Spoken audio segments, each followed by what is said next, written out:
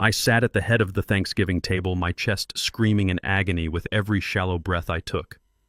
3 of my left ribs were fractured, completely shattered. I could not even hold the silver knife to cut the roasted turkey on my plate. I just sat there quietly, forcing a calm smile through the blinding, suffocating pain. Across the mahogany table, my own flesh and blood. My daughter Maya took a slow, deliberate sip of her expensive red wine. She looked at my bruised face, smirked, and whispered to the room, "He deserved it." My husband really put him in his place. Beside her, Bradley, my arrogant white son-in-law, laughed loudly. He waved the carving knife in the air like a trophy. "The old man thought he could outsmart me," Bradley boasted, slicing into the meat with aggressive force. "But I proved him wrong. He signed the papers like a good boy.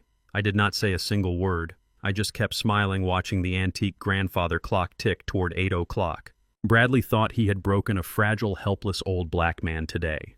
What he did not know was that in exactly 10 minutes the doorbell was going to ring and his entire world was going to be wiped off the face of the earth. Before I show you how I destroyed the man who broke my ribs, let me know where you are watching from in the comments below. Hit like and subscribe if you believe that disrespecting your elders should always come with a heavy, devastating price. The dining room inside Bradley and Maya's $3 million mansion was suffocatingly warm. Crystal chandeliers hung from the vaulted ceilings, casting a harsh, glaring light over the extravagant Thanksgiving spread. To anyone looking through the floor-to-ceiling windows, we looked like the picture-perfect American family sharing a holiday meal. But the reality inside this room was nothing short of a nightmare. I am Gordon Ellis. I am 75 years old, and for my entire life I have worked with my hands. I started out as a day laborer in Atlanta, mixing concrete and laying bricks under the scorching southern sun. Over the decades, I built a life, a family, and a legacy. But sitting in that velvet-lined chair, I felt a physical pain that rivaled any injury I had ever sustained on a construction site. Every time my lungs expanded to draw in air, a sharp, white-hot stabbing sensation ripped through the left side of my torso. The emergency room doctor had wrapped my chest securely just hours prior, but the thick medical tape did absolutely nothing to stop the sickening feeling of bone grinding against bone. I kept my posture perfectly straight. I refused to slouch. I refused to wince. I had grown up in an era where a black man showing weakness was an invitation for destruction, and I was not about to give Bradley the satisfaction of seeing me crumble. I placed my hands neatly on my lap, hiding the dark purple bruising that crawled up my forearm, and I fixed my gaze on the man who had put me in this condition. Bradley Sterling was everything I despised in a man. He was a slick, fast-talking real estate developer who wore custom-tailored Italian suits and spoke to everyone as if they were beneath him. When Maya first brought him home years ago, I saw right through his charming facade. I saw a predator. But Maya was blinded by his flashy lifestyle and his empty promises of wealth. Now she sat beside him, completely morphed into a hollow shell of the bright, compassionate girl I had raised. She was wearing a designer silk dress, her hair perfectly styled, but her eyes were cold, calculating, and entirely devoid of empathy. "Look at him," Maya, Bradley sneered, pointing the greasy carving fork directly at my chest. "Quiet as a mouse. That is the Gordon Ellis I like to see." He scooped a massive portion of stuffing onto his plate, chewing loudly. "You know, for a second there, I actually thought you were going to put up a real fight. But when push comes to shove, you are just an old man who does not know how the real world works. I told you I needed that land, Gordon. I told you we were going to develop it for the family. But you had to be stubborn. You had to make things difficult." I kept my mouth shut. I looked down at the untouched food on my gold-rimmed plate. The land he was talking about was a 10-acre plot of undeveloped property in the suburbs of Atlanta. My late wife, Shirley, had left it to me when she passed away. For years, it was just a quiet patch of dirt and wild grass. But recent zoning changes had turned that sleepy plot into a gold mine, and Bradley, whose real estate company was secretly drowning in bad investments, needed that land to save his own skin. He had demanded I sign it over to him. When I refused, the masks had fallen off. Maya reached out and placed her manicured hand over Bradley's, looking at me with a mixture of pity and absolute disgust. "Honestly, Dad, you brought this on yourself," she said, her voice dripping with condescension. "Bradley has a vision. He is building an empire for our future. You sitting on an empty lot full of weeds was just purely selfish. We tried to do this the easy way. We really did. But you forced his hand. You should be thanking him for handling the transaction so efficiently. Efficiently. That was the word she used to describe her husband shoving a 75-year-old man off a concrete porch. That was the word she chose for the moment my ribs snapped against the gravel driveway, and the moment Bradley grabbed my bleeding thumb and violently pressed it onto a fraudulent power of attorney document. I could still feel the sticky warmth of my own blood on my skin. I could still hear the sickening crunch of my bones. And yet Maya sat there sipping her wine, justifying the brutal assault of her own father because it meant she could keep living in her sprawling, heavily mortgaged mansion. I hope you understand that this was just business. Gordon Bradley continued, pouring himself another glass of bourbon. Do not take it personally. I actually did you a favor. That land was too much responsibility for someone your age anyway. You should be relaxing, watching television, not trying to play Monopoly with the big boys.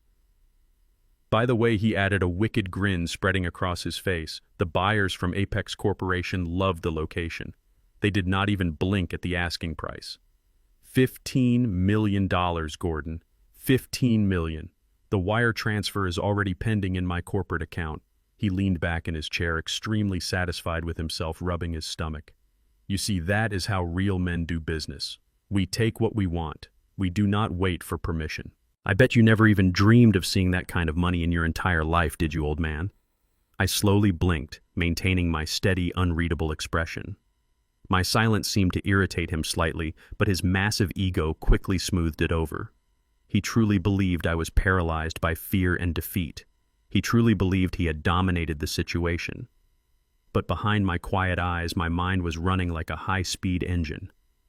I looked up at the antique grandfather clock standing in the corner of the dining room. The brass pendulum swung back and forth in a hypnotic, rhythmic motion. It was 7:46. Bradley Sterling thought he knew exactly who I was. He thought I was just a retired, uneducated black carpenter who had gotten lucky with a piece of inherited real estate. He assumed that my modest brick house and my 10-year-old pickup truck were symbols of poverty. He assumed my silence was submission. What Bradley did not know was that for 4 decades, my construction firm had quietly secured and executed massive multi-million-dollar federal infrastructure contracts across the entire southern United States. What Bradley did not know was that when I liquidated my company 10 years ago, I placed over $40 million into a highly secure, completely untraceable blind trust. I did not live in my old neighborhood because I was broke. I lived there because I loved it. I drove an old truck because it reminded me of where I came from. And what Bradley definitely did not know was that Apex Corporation, the massive faceless entity that had just agreed to buy the land from him for $15 million, was not a real development company. It was a shell corporation created 48 hours ago by my lead wealth manager in New York.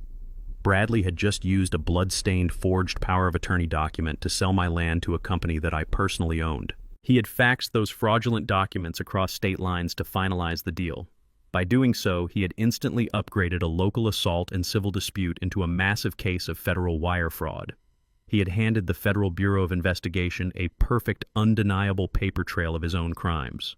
I took a slow, shallow breath, feeling the sharp sting in my chest, and I let the corner of my mouth twitch upward into a genuine smile. "You find something funny?" Gordon Bradley snapped, his eyes narrowing as he caught my expression. "You think losing your property is a joke?" I looked directly into his eyes, staring past his expensive suit and his arrogant posture, seeing nothing but a dead man walking. "I was just thinking about how much things can change in a single evening, Bradley," I said, my voice raspy but perfectly calm. "You are right.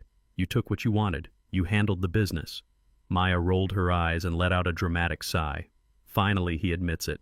"See, Dad, was that so hard? Now can we please just enjoy the holiday? I am exhausted from all this drama." "Yes, Maya," I replied softly, never breaking eye contact with Bradley. "Let us enjoy the holiday, because this is the last one you will ever spend in this house." Bradley scoffed, shaking his head. He picked up his glass of bourbon, completely dismissing my words as the empty threats of a defeated old man. I watched the clock. 7:48. The trap was set. The bait was taken. The federal agents were already mobilizing. I just sat back, ignored the agonizing pain in my ribs, and waited for the doorbell to ring. The heat in Atlanta during late August is not just a temperature.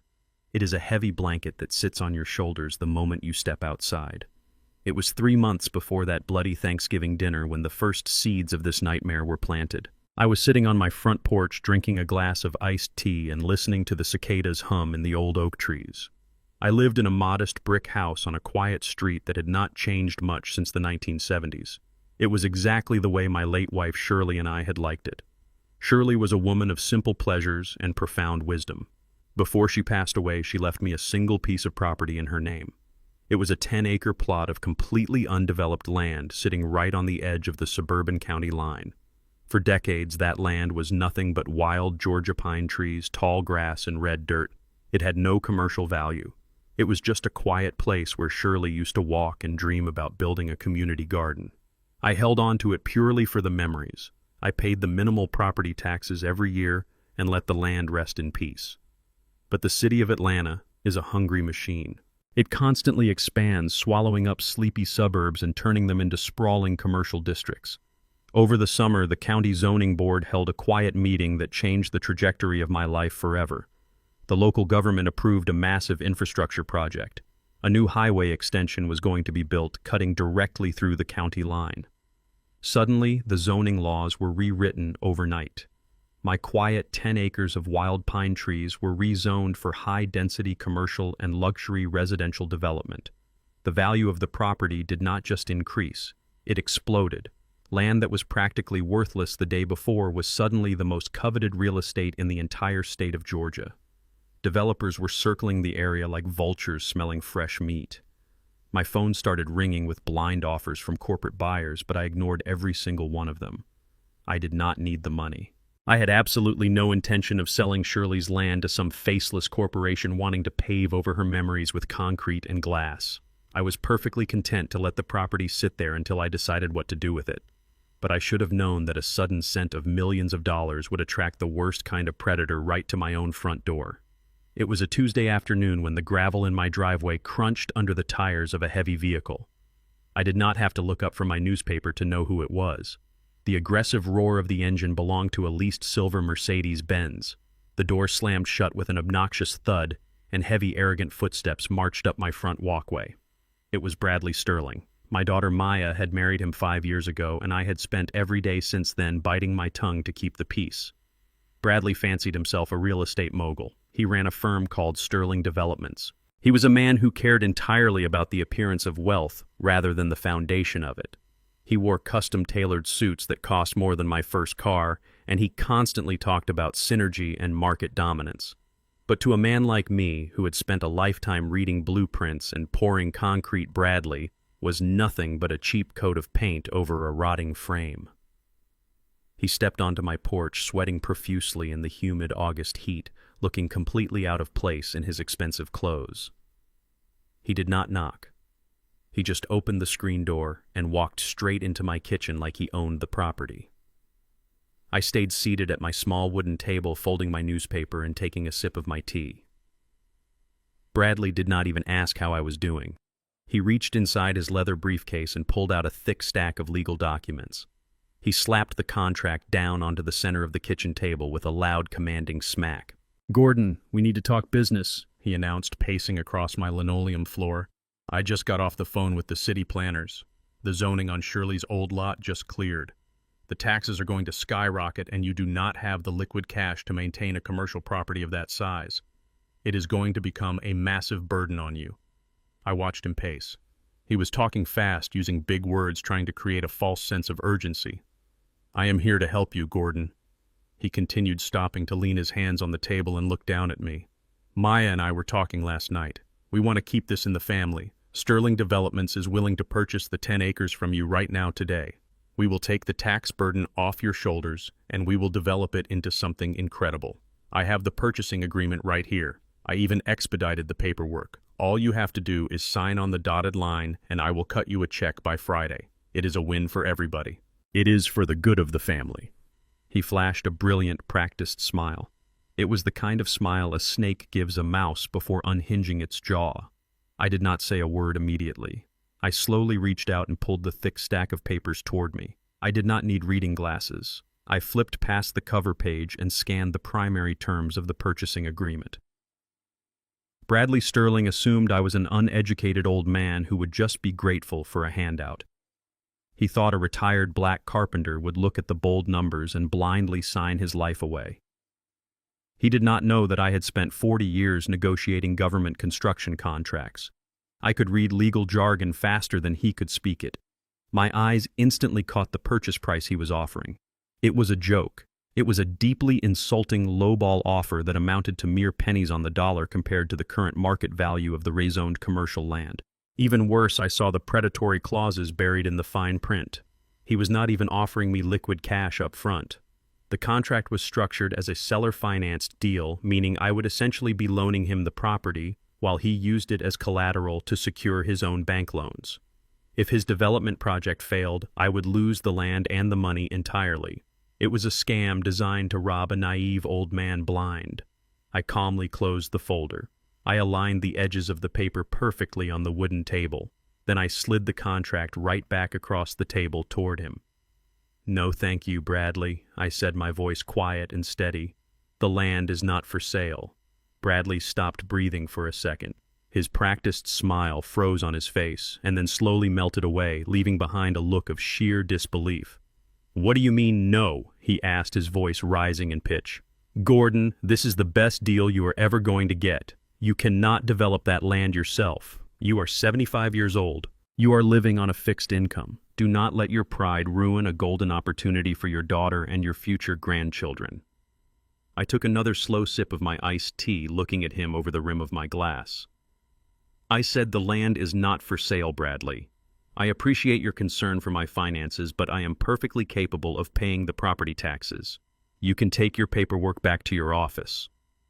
The air in the kitchen suddenly turned toxic.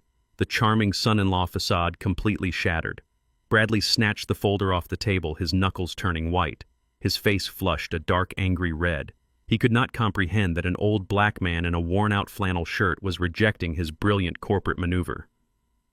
"You are making a massive mistake, Gordon," he snarled, pointing a trembling finger at me. "You sit in this run-down house and you think you know how the world works. You do not know the first thing about real business. This is high-level real estate, not some cheap carpentry job. You are in way over your head, and when the city comes to collect, you are going to come begging me to bail you out." I did not blink. I did not raise my voice. I just stared at him with cold, unyielding authority. "Have a safe drive back to the city, Bradley," I said softly. He scoffed, letting out a bitter, condescending laugh. He turned around and stormed out of my house, slamming the screen door so hard the hinges rattled. I listened to his expensive shoes stomp down the porch steps. A moment later, the engine of his leased Mercedes roared to life and he sped out of my driveway, sending gravel flying into the street. The house fell silent again. The cicadas continued to hum outside. I sat alone at my kitchen table, looking at the empty space where his fraudulent contract had been. Bradley had just declared war on me, assuming I was completely unarmed. He had no idea that he had just stepped onto a battlefield with a man who owned the entire armory. The bait had been set, but I was not the prey. It started exactly a week after Bradley drove off my property in a fit of rage. The retaliation was not a loud argument or a violent confrontation. It was a silent, calculated tightening of a noose. I went to the local pharmacy on a quiet Thursday morning to pick up my routine blood pressure medication. The pharmacist was a kind woman who had known Shirley and me for over 20 years. She looked at her computer screen with a confused and deeply apologetic expression. She told me my premium private health insurance policy had been abruptly terminated. She said it was terminated for non-payment. I stood there at the pharmacy counter feeling a cold, heavy knot form in my stomach. That specific insurance policy was set up under the name of Maya because she had insisted her corporate connections could get me a much better coverage rate. I had trusted my daughter completely. Every single month, without fail, I handed Maya an envelope containing $600 in crisp cash to cover the exact cost of that premium policy. I never missed a single payment. I never asked her for a receipt. She was my flesh and blood. But standing there looking into the sympathetic eyes of the pharmacist, I knew exactly what had happened. Bradley had confiscated the money. He had instructed my daughter to cancel the policy and pocket the cash. He wanted to make me feel vulnerable and exposed. He wanted to remind an old man that my health and my life were entirely dependent on his supposed goodwill. They thought taking away my medical security would send me into an absolute panic. They thought I would pick up the phone, call Bradley, and beg him to reinstate the policy in exchange for signing over the 10 acres of land that belonged to Shirley. I thanked the pharmacist quietly. I reached into my old leather wallet, pulled out my credit card, and paid for the expensive medication entirely out of pocket. I walked out of the sliding glass doors into the hot Atlanta sun, breathing very slowly. I did not call Maya. I did not call Bradley. I knew that reacting with anger was exactly what they were waiting for. I drove my old pickup truck back to my quiet brick house, my hands gripping the steering wheel tight. The psychological warfare had officially begun. Bradley was trying to squeeze me, trying to show me that my defiance had a very real price. He wanted me to feel the fear of growing old without a safety net. But he was playing a dangerous and foolish game. He thought he was dealing with a dependent senior citizen living on a fixed income who would crumble at the first sign of financial strain. He did not realize that I could have bought that entire pharmacy chain in cash if I wanted to. I let them keep their pathetic illusion of power. I let them think their petty theft was causing me distress. The financial squeeze was only the first phase of their coordinated attack. When they realized the canceled health insurance did not break my spirit, they moved on to a much more vicious and unforgiving strategy. They decided to use my own grandchildren as collateral. Every Sunday afternoon, it was my tradition to drive over to their sprawling suburban mansion to take my grandson and granddaughter to the local park. It was the absolute highlight of my week. But the Sunday after the pharmacy incident, I pulled up to their massive iron security gates and found them locked tight.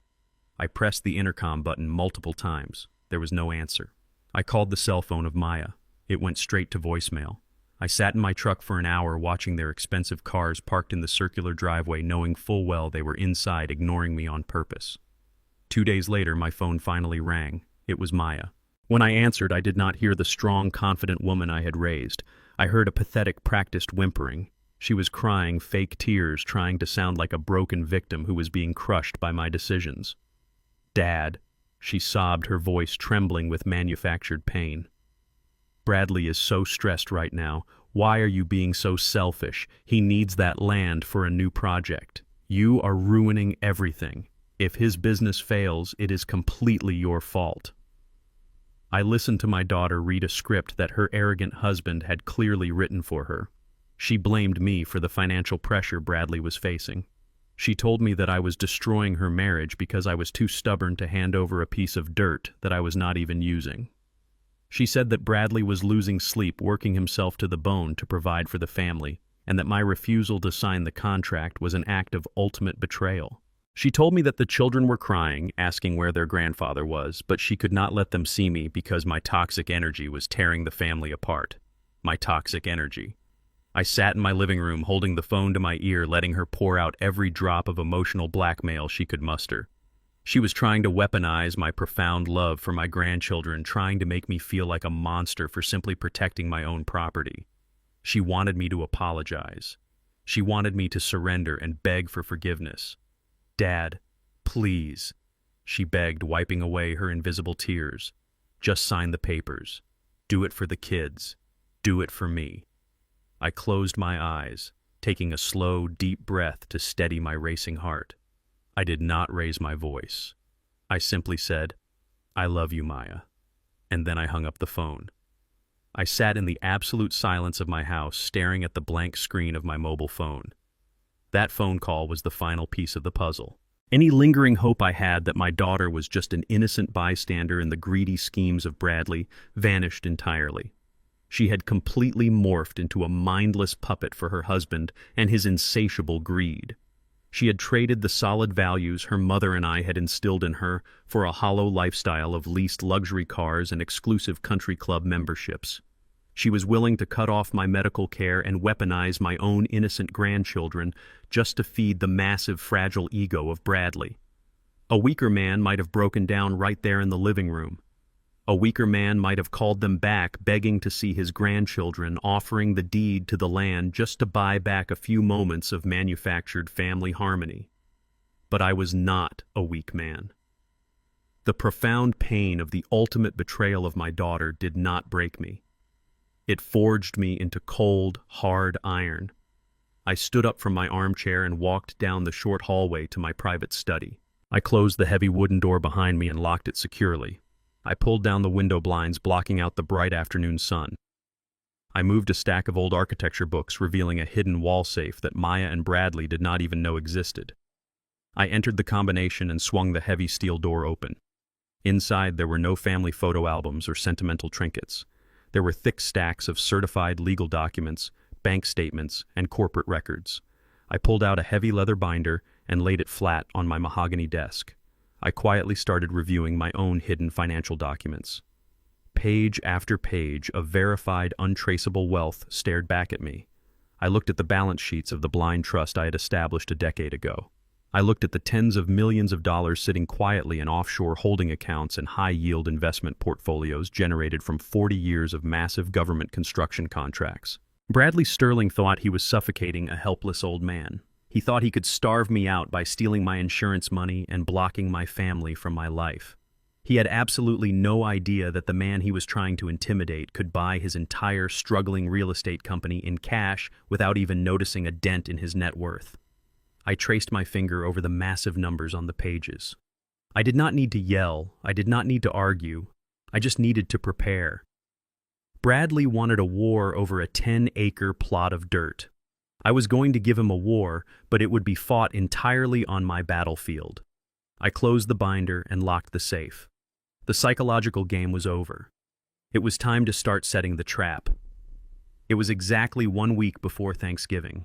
The air outside was turning crisp, carrying the undeniable chill of late November, but inside my home the atmosphere was about to become absolutely suffocating. I was sitting in my living room, quietly polishing an old wooden clock that I had built by hand over 30 years ago. It was a peaceful morning, the kind of morning where an old man should be able to reflect on his life with gratitude. But peace is a luxury you cannot afford when there is a parasite attached to your family. The heavy oak front door of my house suddenly rattled under the force of loud, aggressive pounding. Whoever was standing on my porch was not asking for permission to enter. They were demanding it. Before I could even set my polishing cloth down, the handle turned and the door swung wide open. Bradley Sterling marched into my living room without an invitation, without a greeting, and without a single ounce of respect. He was wearing his usual tailored gray suit, looking sharp and expensive, but I could see the frantic energy vibrating underneath his polished exterior. His jaw was clenched and his eyes darted around my house with unfiltered disdain. But Bradley was not alone. Trailing nervously behind him was a short, balding man carrying a scuffed leather briefcase. The stranger wore a cheap suit that did not quite fit him, and he was sweating profusely despite the cool weather outside. He kept shifting his weight from foot to foot, avoiding my gaze completely. He looked exactly like a man who knew he was walking into a room to commit a crime. I did not stand up. I simply placed the wooden clock on the side table and folded my hands in my lap, observing the two intruders. Bradley stood in the center of my living room, blocking the television, trying to make himself look as large and intimidating as possible. He looked down at me, letting out a heavy, dramatic sigh, as if my very existence was a massive inconvenience to his busy schedule. He snapped his fingers, and the nervous little man beside him flinched quickly, unbuckling his briefcase and pulling out a thick stack of legal papers. The man placed the documents on my coffee table right over my favorite coaster and quickly stepped back into the shadows near the doorway. Bradley tapped the top of the papers with his index finger. His arrogant smile was gone, replaced by a cold, desperate glare. He had tried to play the charming son-in-law. He had tried to financially squeeze me by cutting my medical insurance and keeping my grandchildren away. None of it had broken me. Now he was here to end the game by force. "Listen to me very carefully," Gordon Bradley said, his voice dropping an octave to sound threatening. "I am done playing nice. I am done waiting for you to realize how completely out of your depth you are. We are closing the deal on the 10-acre lot this week, and you are going to give me the legal authority to do it." I looked at the documents on the table. The words "power of attorney" were printed in bold black letters across the top page. I looked back up at Bradley, my expression completely flat. I asked him who the nervous man hiding by my front door was. Bradley scoffed, adjusting his expensive tie. He introduced the man as a state-certified notary public brought here as a convenience to me so I would not have to leave my house to sign my life away. I knew instantly that the man was a bought and paid for dirty notary, someone Bradley had bribed to validate a forced signature. "You brought a stranger into my home to witness a robbery," I stated calmly. Bradley stepped closer, looming over me, trying to use his height and his race to intimidate a 75-year-old black man sitting alone in his own house. "It is not a robbery, Gordon," he hissed. "It is a rescue. You are an old, failing man who cannot even manage his own medical insurance anymore. Maya and I have been talking, and we are deeply concerned about your rapid mental decline." I felt a cold sensation wash over my chest. I asked him to explain exactly what he meant by my mental decline. Bradley leaned down, resting his hands on the arms of my chair, getting his face uncomfortably close to mine. He smelled of strong cologne and stale coffee. He told me that if I did not pick up a pen and sign that power of attorney document right now, he and my daughter were going straight to a family court judge. He told me they were going to file a formal petition to have me declared mentally incompetent. "Maya is ready to testify under oath," Gordon Bradley whispered, savoring every single word. "She is ready to stand in front of a judge and swear that you are suffering from severe dementia. She is going to tell the court that you leave the stove on, that you wander the streets at night, and that you no longer recognize your own grandchildren. We have already spoken to a doctor who is willing to sign a preliminary psychiatric evaluation based on her testimony. You will be stripped of your legal rights. You will be placed into a state-managed nursing facility, and I will be granted full conservatorship over your estate anyway." The absolute depravity of his threat hung in the air like a poisonous gas. He was not just threatening to steal my property, he was threatening to strip away my basic human dignity, my freedom, and my sanity. And the most agonizing part was that he was using my own daughter as the murder weapon. He had convinced Maya to perjure herself to label the father who raised her as a crazy, senile old man, also her husband could cash a real estate check to save his failing business. Bradley stood up straight again, crossing his arms over his chest, completely confident that he had just delivered a checkmate. He pointed at the pen lying next to the documents. "You can do this the easy way," he said, his voice dripping with arrogance. "You sign the paper, you stay in this rundown house, and we let you live out your final years in peace. Or you fight me and I lock you in a padded room while I sell your land anyway. The choice is yours, old man." I looked at the pen. I looked at the dirty notary who was staring at the floor, sweating through his cheap shirt. And then I looked at Bradley Sterling. He honestly thought he had backed me into an inescapable corner. He thought my silence was the silence of a defeated, terrified victim who had just realized his own daughter had betrayed him to the wolves. He did not realize that my silence was the calm before a catastrophic storm. I slowly reached forward. My hand did not shake. My breathing was perfectly steady. I picked up the thick stack of legal documents from the coffee table. I felt the heavy weight of the paper in my hands. I looked at the signature line where Bradley expected me to surrender my entire life. I looked Bradley dead in the eyes, holding his arrogant gaze with an unyielding, terrifying intensity. And then with a slow, deliberate motion, I gripped the top of the packet and ripped the entire stack of documents straight down the middle. The sound of the tearing paper echoed sharply in the quiet living room. The dirty notary gasped, taking a step backward toward the door. Bradley froze, his confident smirk completely vanishing, replaced by a look of absolute shock. I placed the two torn halves together, gripped them again, and ripped them into quarters. I let the shredded pieces of his fraudulent power of attorney flutter from my hands, falling like useless confetti onto the hardwood floor right at his expensive leather shoes. I slowly stood up from my chair. I am not a tall man, but standing there in my own home, fortified by 40 years of hard labor and unwavering principles, I commanded the room. I looked at the shredded paper on the floor, and then I looked back at the pathetic, desperate man standing in my living room. "Get out of my house," I said. My voice was not a shout. It was a low, dangerous rumble that commanded absolute obedience. Bradley stood frozen, staring at the destroyed documents at his feet. His brain could not process what had just happened. He had brought a notary. He had delivered the ultimate threat. He had used my own daughter as leverage, and I had literally torn his master plan to shreds in front of his face without blinking an eye. The psychological control he thought he had over me shattered into a million pieces.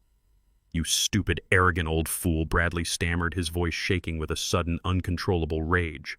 His face turned a deep, blotchy red. "Do you have any idea what you just did? Do you know who you are messing with? I will ruin you. I will take everything you have and leave you rotting in a state facility." I did not flinch. I did not take a single step back. I pointed a steady finger toward the front door.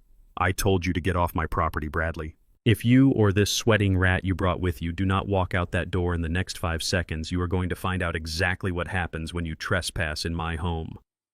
The dirty notary did not wait to hear another word. He scrambled backward, fumbled with the doorknob, and practically ran out into the front yard, fleeing the house like a terrified rat abandoning a sinking ship. But Bradley did not move. His ego was entirely dependent on his ability to intimidate people, and having an old black man look right through him and dismiss him like a misbehaving child broke something deep inside his fragile mind.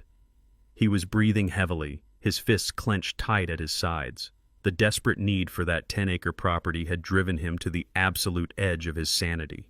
He needed my signature to save himself from total financial ruin, and I had just destroyed his only ticket out. I saw the rational thought drain completely from his eyes, replaced by pure, unrestrained violence. The mask of the sophisticated corporate developer melted away entirely, leaving only a desperate, violent thug. He took a menacing step toward me, closing the distance between us, his chest heaving with rage. The escalation had reached its breaking point. Words were no longer going to work, and Bradley Sterling was about to make the most catastrophic physical mistake of his miserable life. The air in my living room turned completely still. I watched the last shred of human decency vanish from the eyes of Bradley Sterling. He stood there trembling with a violent and unrestrained anger. His chest heaved up and down, straining against the fabric of his expensive custom suit. He had walked into my home expecting a frightened old man to bow down to his corporate demands. Instead, he found a man who looked right through his pathetic facade and tore his master plan into pieces.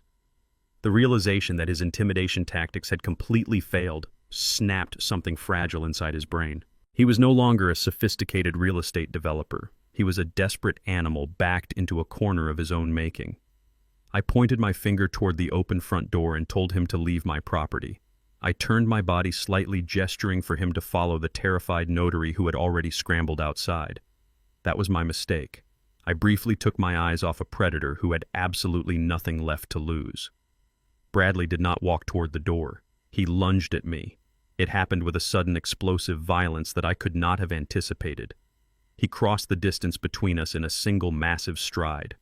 Before I could even raise my arms to defend myself, his heavy hands slammed into my chest with the force of a battering ram. He shoved me backward with every ounce of his desperate strength. I am 75 years old. My mind is sharp, but my body no longer possesses the balance or the reflex of my youth. My feet tangled against the edge of the woven rug near the entryway. I stumbled backward through the open front doorway. My arms flailed wildly in the warm afternoon air, grasping for the wooden doorframe but finding only empty space. I tumbled backward over the threshold of the porch. The world around me spun in a chaotic blur of blue sky and red brick. For a fraction of a second I felt a terrifying weightlessness. And then gravity claimed me. I crashed down onto the jagged stone gravel of the front walkway. The impact was deafening. My left side struck the sharp, uneven rocks with brutal, unforgiving force. A sickening physical crunch echoed in my ears. It was a sound I had heard before on construction sites when heavy wooden beams snapped under too much pressure. But this time the sound came from inside my own body. 3 of my left ribs fractured instantly under the violent impact. The pain was not immediate. For one merciful second my body was completely numb, shocked by the sudden trauma. Then a wave of absolute blinding agony ripped through my torso. It felt as if a jagged blade of pure fire had been driven directly into my chest and left there to burn. All the oxygen was violently expelled from my lungs in a single ragged gasp. I tried to pull in a breath, but my broken ribs ground together, sending a paralyzing shockwave through my nervous system. I could not move. I could not speak. I lay there on the hot gravel, staring up at the bright Georgia sky, completely immobilized by the devastating pain. I heard the heavy footsteps of Bradley Sterling walking slowly across the wooden porch. I managed to turn my head just slightly, wincing as the gravel dug into my cheek. Bradley stood at the edge of the porch looking down at me. He did not look horrified. He did not rush down the steps to check if he had just killed his father-in-law. He simply adjusted the cuffs of his expensive tailored jacket and stared at me with cold, calculating malice. A sharp, metallic taste flooded the back of my throat. I coughed, trying to clear my airway, and a warm speck of blood bubbled over my bottom lip. It trickled down my chin, mixing with the sweat on my face. Every time I coughed, the broken bones in my chest shifted, making my vision blur with dark spots. I was a 75-year-old man lying bleeding and broken in my own driveway, and the man who had done it was smiling. "You should have just listened to me, Gordon," he said, his voice completely devoid of any human empathy. "You should have just signed the paper and stayed out of my way." He slowly walked down the porch steps, his leather shoes crunching on the gravel right next to my head. I expected him to walk away. I expected him to flee the scene of the crime like the coward he truly was. But Bradley was driven by a financial desperation that outweighed any fear of consequence. He reached into the inner pocket of his tailored jacket and pulled out a folded stack of papers. It was a backup copy of the fraudulent power of attorney document. He had come prepared for resistance, but he had clearly decided that he was not leaving my property without the legal authority to steal my land. He turned his head and looked out toward the front lawn. The dirty notary public was standing near the street, clutching his briefcase, his face pale with absolute terror. He had witnessed the entire assault. He had seen Bradley shove an elderly man off a porch. Bradley snapped his fingers at the trembling man, commanding him to step forward. "Get over here and get your stamp ready," Bradley ordered, his voice hard and uncompromising. "We are finishing this transaction right now." The notary hesitated, his eyes darting wildly down the quiet suburban street as if looking for a way to escape. But Bradley took a menacing step toward him, threatening to destroy the man if he did not do exactly as he was told. The terrified notary shuffled forward, his hands shaking so badly he could barely open his briefcase to retrieve his official ink stamp. Bradley crouched down beside me on the gravel. I tried to shift my weight to pull my arms under me to push him away, but the agonizing pain in my chest pinned me to the ground. My breathing was shallow and ragged. I looked up into his eyes and saw the absolute darkest depths of human greed. He did not see a father. He did not see a human being. He saw a $15 million payday lying helpless in the dirt. He reached out and forcefully grabbed my left wrist. His grip was tight and aggressive, bruising my fragile skin. I gritted my teeth, refusing to cry out in pain. I refused to give him the satisfaction of hearing me beg. Bradley dragged my hand toward my chest. He looked down at the speck of blood resting on my bottom lip. Without a single ounce of hesitation, he wiped my own thumb across my mouth, smearing the warm red blood directly onto the pad of my finger. He unfolded the backup copy of the power of attorney and laid it flat on the harsh gravel right next to my face. He took my bloodied thumb and violently pressed it down onto the signature line at the bottom of the page. He pushed my finger against the paper, grinding it into the rough stones beneath the document, making sure the bloody fingerprint was perfectly legible. "There," he whispered, holding my wrist down. "A perfect signature, legally binding and fully authorized." He released my hand and stood back up, holding the blood-stained document in the air like a victorious gladiator. He turned to the trembling notary, who was staring at the blood on the paper with wide, terrified eyes. "Stamp it," Bradley commanded, pointing at the bottom corner of the page. "Stamp the document right now, or I will make sure you never work in this state again." The notary dropped to his knees on the gravel. His hands trembled violently as he pressed his official ink stamp over my bloody thumbprint, authenticating a document born from a brutal assault. The notary quickly packed his stamp, scrambled to his feet, and ran toward his car, leaving me alone with the monster who had married my daughter. Bradley carefully folded the document and slid it back into his breast pocket, protecting it as if it were the most valuable thing in the world. He looked down at me one final time. He was breathing heavily, but his face was glowing with a twisted, triumphant satisfaction. "I told you I would get it, old man," he spat, adjusting his tie. "I always win. Enjoy lying in the dirt." I lay there on the sharp gravel, listening to him walk away. The pain in my chest was blinding, but my mind was sharper and colder than it had ever been in my entire life. I tasted the blood on my lips. I felt the broken bones grating against each other with every shallow breath. Bradley Sterling thought he had just won the war. He thought he had finally broken me and taken everything I had. But as I lay there in the quiet Georgia heat, I made a silent, unbreakable promise to myself. I was not going to call the police. I was not going to file a simple assault charge. I was going to let him take that bloody piece of paper and walk right into a federal trap. He wanted to play a ruthless game of power and money. I was going to oblige him. I was going to use his own limitless greed to systematically dismantle his entire existence until he had absolutely nothing left but the clothes on his back and a cell in a federal penitentiary. I lay there on the jagged gravel of my own driveway, fighting for every single breath. The agonizing pain in my left side was a blinding white fire that consumed my entire body.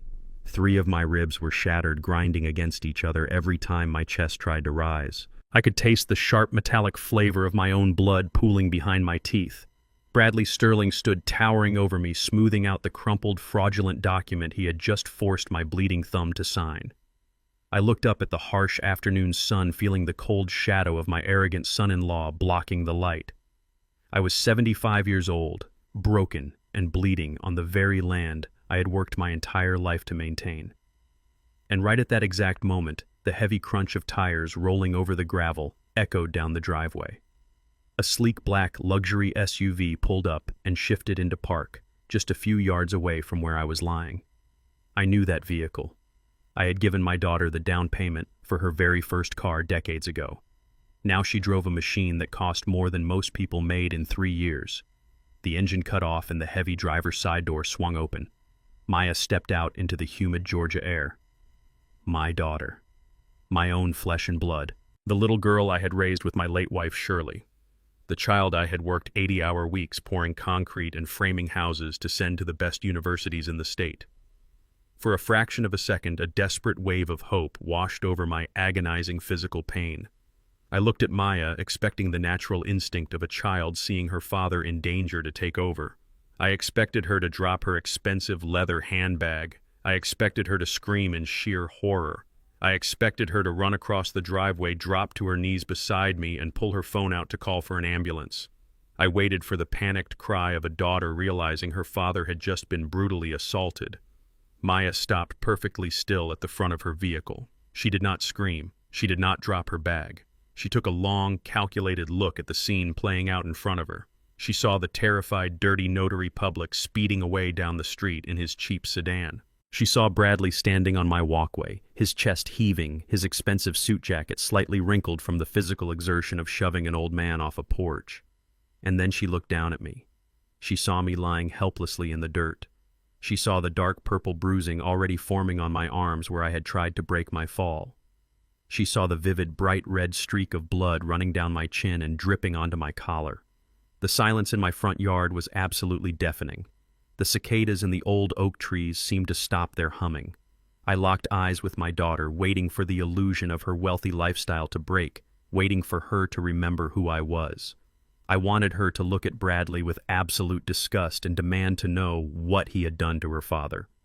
But as I stared into her eyes, I did not see the little girl who used to hold my hand while we walked through the hardware store. I did not see the woman who had cried on my shoulder when her mother passed away. I saw a stranger. Her eyes were completely empty, devoid of any human warmth or familial loyalty.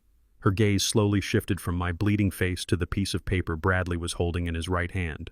Bradley did not look panicked by his wife arriving at the scene of his violent crime. He simply held up the fraudulent power of attorney document so she could see the bloody thumbprint stamped at the bottom of the page. He gave her a look that communicated everything without making a single sound. It was the silent telepathy of 2 parasites who had just secured their ultimate payday. He was showing her that he had won.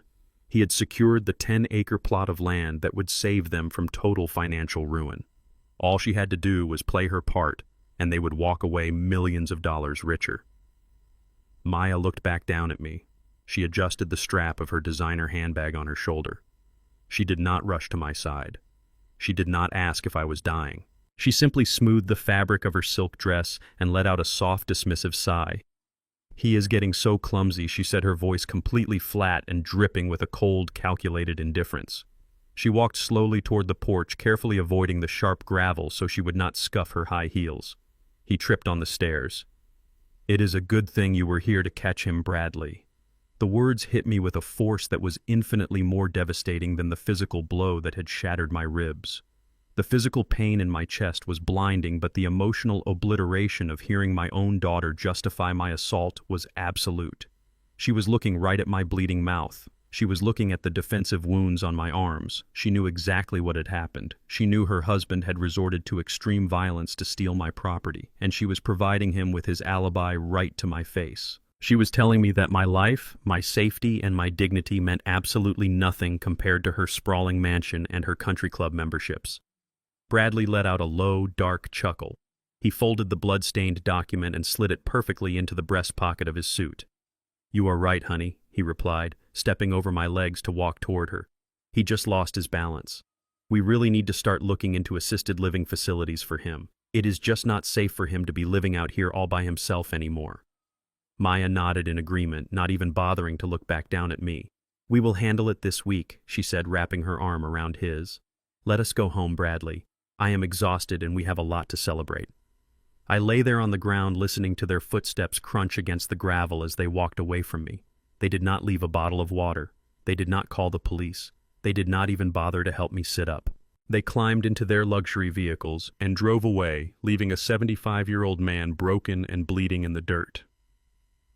As the sound of their engines faded into the distance, something profound shifted deep inside my soul. The father who had loved Maya unconditionally died right there on the gravel walkway. The man who had spent decades holding his tongue to keep the peace, who had tolerated the endless disrespect to protect his family, was completely erased. In his place, a new man was forged, a man made of pure, cold calculation. I closed my eyes, taking a shallow, agonizing breath. I did not shed a single tear. I did not cry out in despair. Crying was for victims, and I was absolutely no longer a victim. I realized that my daughter had completely severed the final thread of my paternal obligation. By choosing Bradley over my life, she had willingly removed herself from my protection. She had declared herself an enemy combatant in a war she did not even comprehend. I embraced the deep, agonizing silence of my empty property. I knew that screaming or calling the local police would do nothing but give them a slight inconvenience. A local assault charge would mean Bradley would post bail in a matter of hours. He would hire expensive lawyers, delay the court proceedings, and continue to parade around town as a wealthy developer while trying to sell my land. I did not want to inconvenience him. I wanted to completely annihilate him. I wanted to tear down the entire fake empire he had built, and I wanted Maya to watch it burn to the ground. They thought they had left me with nothing. They thought they had finally broken the stubborn old black carpenter who refused to bow to their demands. They had no idea that their disgusting display of violence and betrayal had just given me the ultimate permission to unleash a level of financial and legal destruction they could not possibly survive. I slowly opened my eyes, staring up at the clear blue sky. I pressed my good arm against the gravel, ignoring the excruciating fire in my broken chest. I gritted my teeth and began the slow, torturous process of pushing myself up from the ground. I did not need an ambulance. I did not need my daughter. I only needed my phone and the unyielding iron will that had carried me through 75 years of hardship. The choice they made today was going to cost them everything they possessed. I chose absolute silence because a predator does not make a sound when it is preparing to strike a fatal blow. I dragged myself up the porch steps, leaving a small trail of blood behind me, ready to start making the phone calls that would end their lives as they knew it. I pushed my body off the jagged gravel. Every movement was a brutal battle against my own anatomy. The 3 broken ribs in my chest ground together, sending blinding flashes of white light across my vision. I refused to stay on the ground. I refused to let the dirt in my own driveway be my final resting place. I dragged my heavy boots across the walkway, leaving a small, dark trail of blood dripping from my split lip. I did not walk toward the telephone in my living room to call for an ambulance. An ambulance would bring loud sirens and flashing lights and nosy neighborly gossip. I did not want an audience watching me bleed. I only wanted a certified medical record. I reached my old pickup truck parked on the side of the house. Opening the heavy metal driver door with only my right arm took every ounce of physical strength I had left in my body. I climbed into the seat, gripping the worn steering wheel tight to steady myself. Breathing was a luxury I could barely afford. I turned the key in the ignition. The old engine roared to life, vibrating the cab and sending sharp spikes of pain through my damaged torso. Driving through the busy streets of Atlanta with shattered ribs and one functioning arm was an agonizing test of pure endurance. Every pothole and uneven patch of asphalt sent shockwaves of liquid fire straight into my chest. I kept my eyes focused completely on the road ahead. I did not allow myself to think about my daughter Maya. I did not think about the devastating betrayal that had just taken place on my front porch. I only thought about the mission ahead. I pulled into the emergency room parking lot of the Main County Hospital. I walked through the automatic sliding glass doors, moving slowly but with absolute deliberate purpose.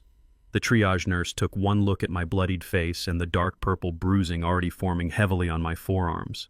She rushed from behind her desk to help me, but I held up my good hand, telling her I could walk perfectly fine on my own. They put me in a wheelchair regardless and rushed me down the bright white corridors to a private examination room. The emergency room doctor was a serious young man with a focused expression.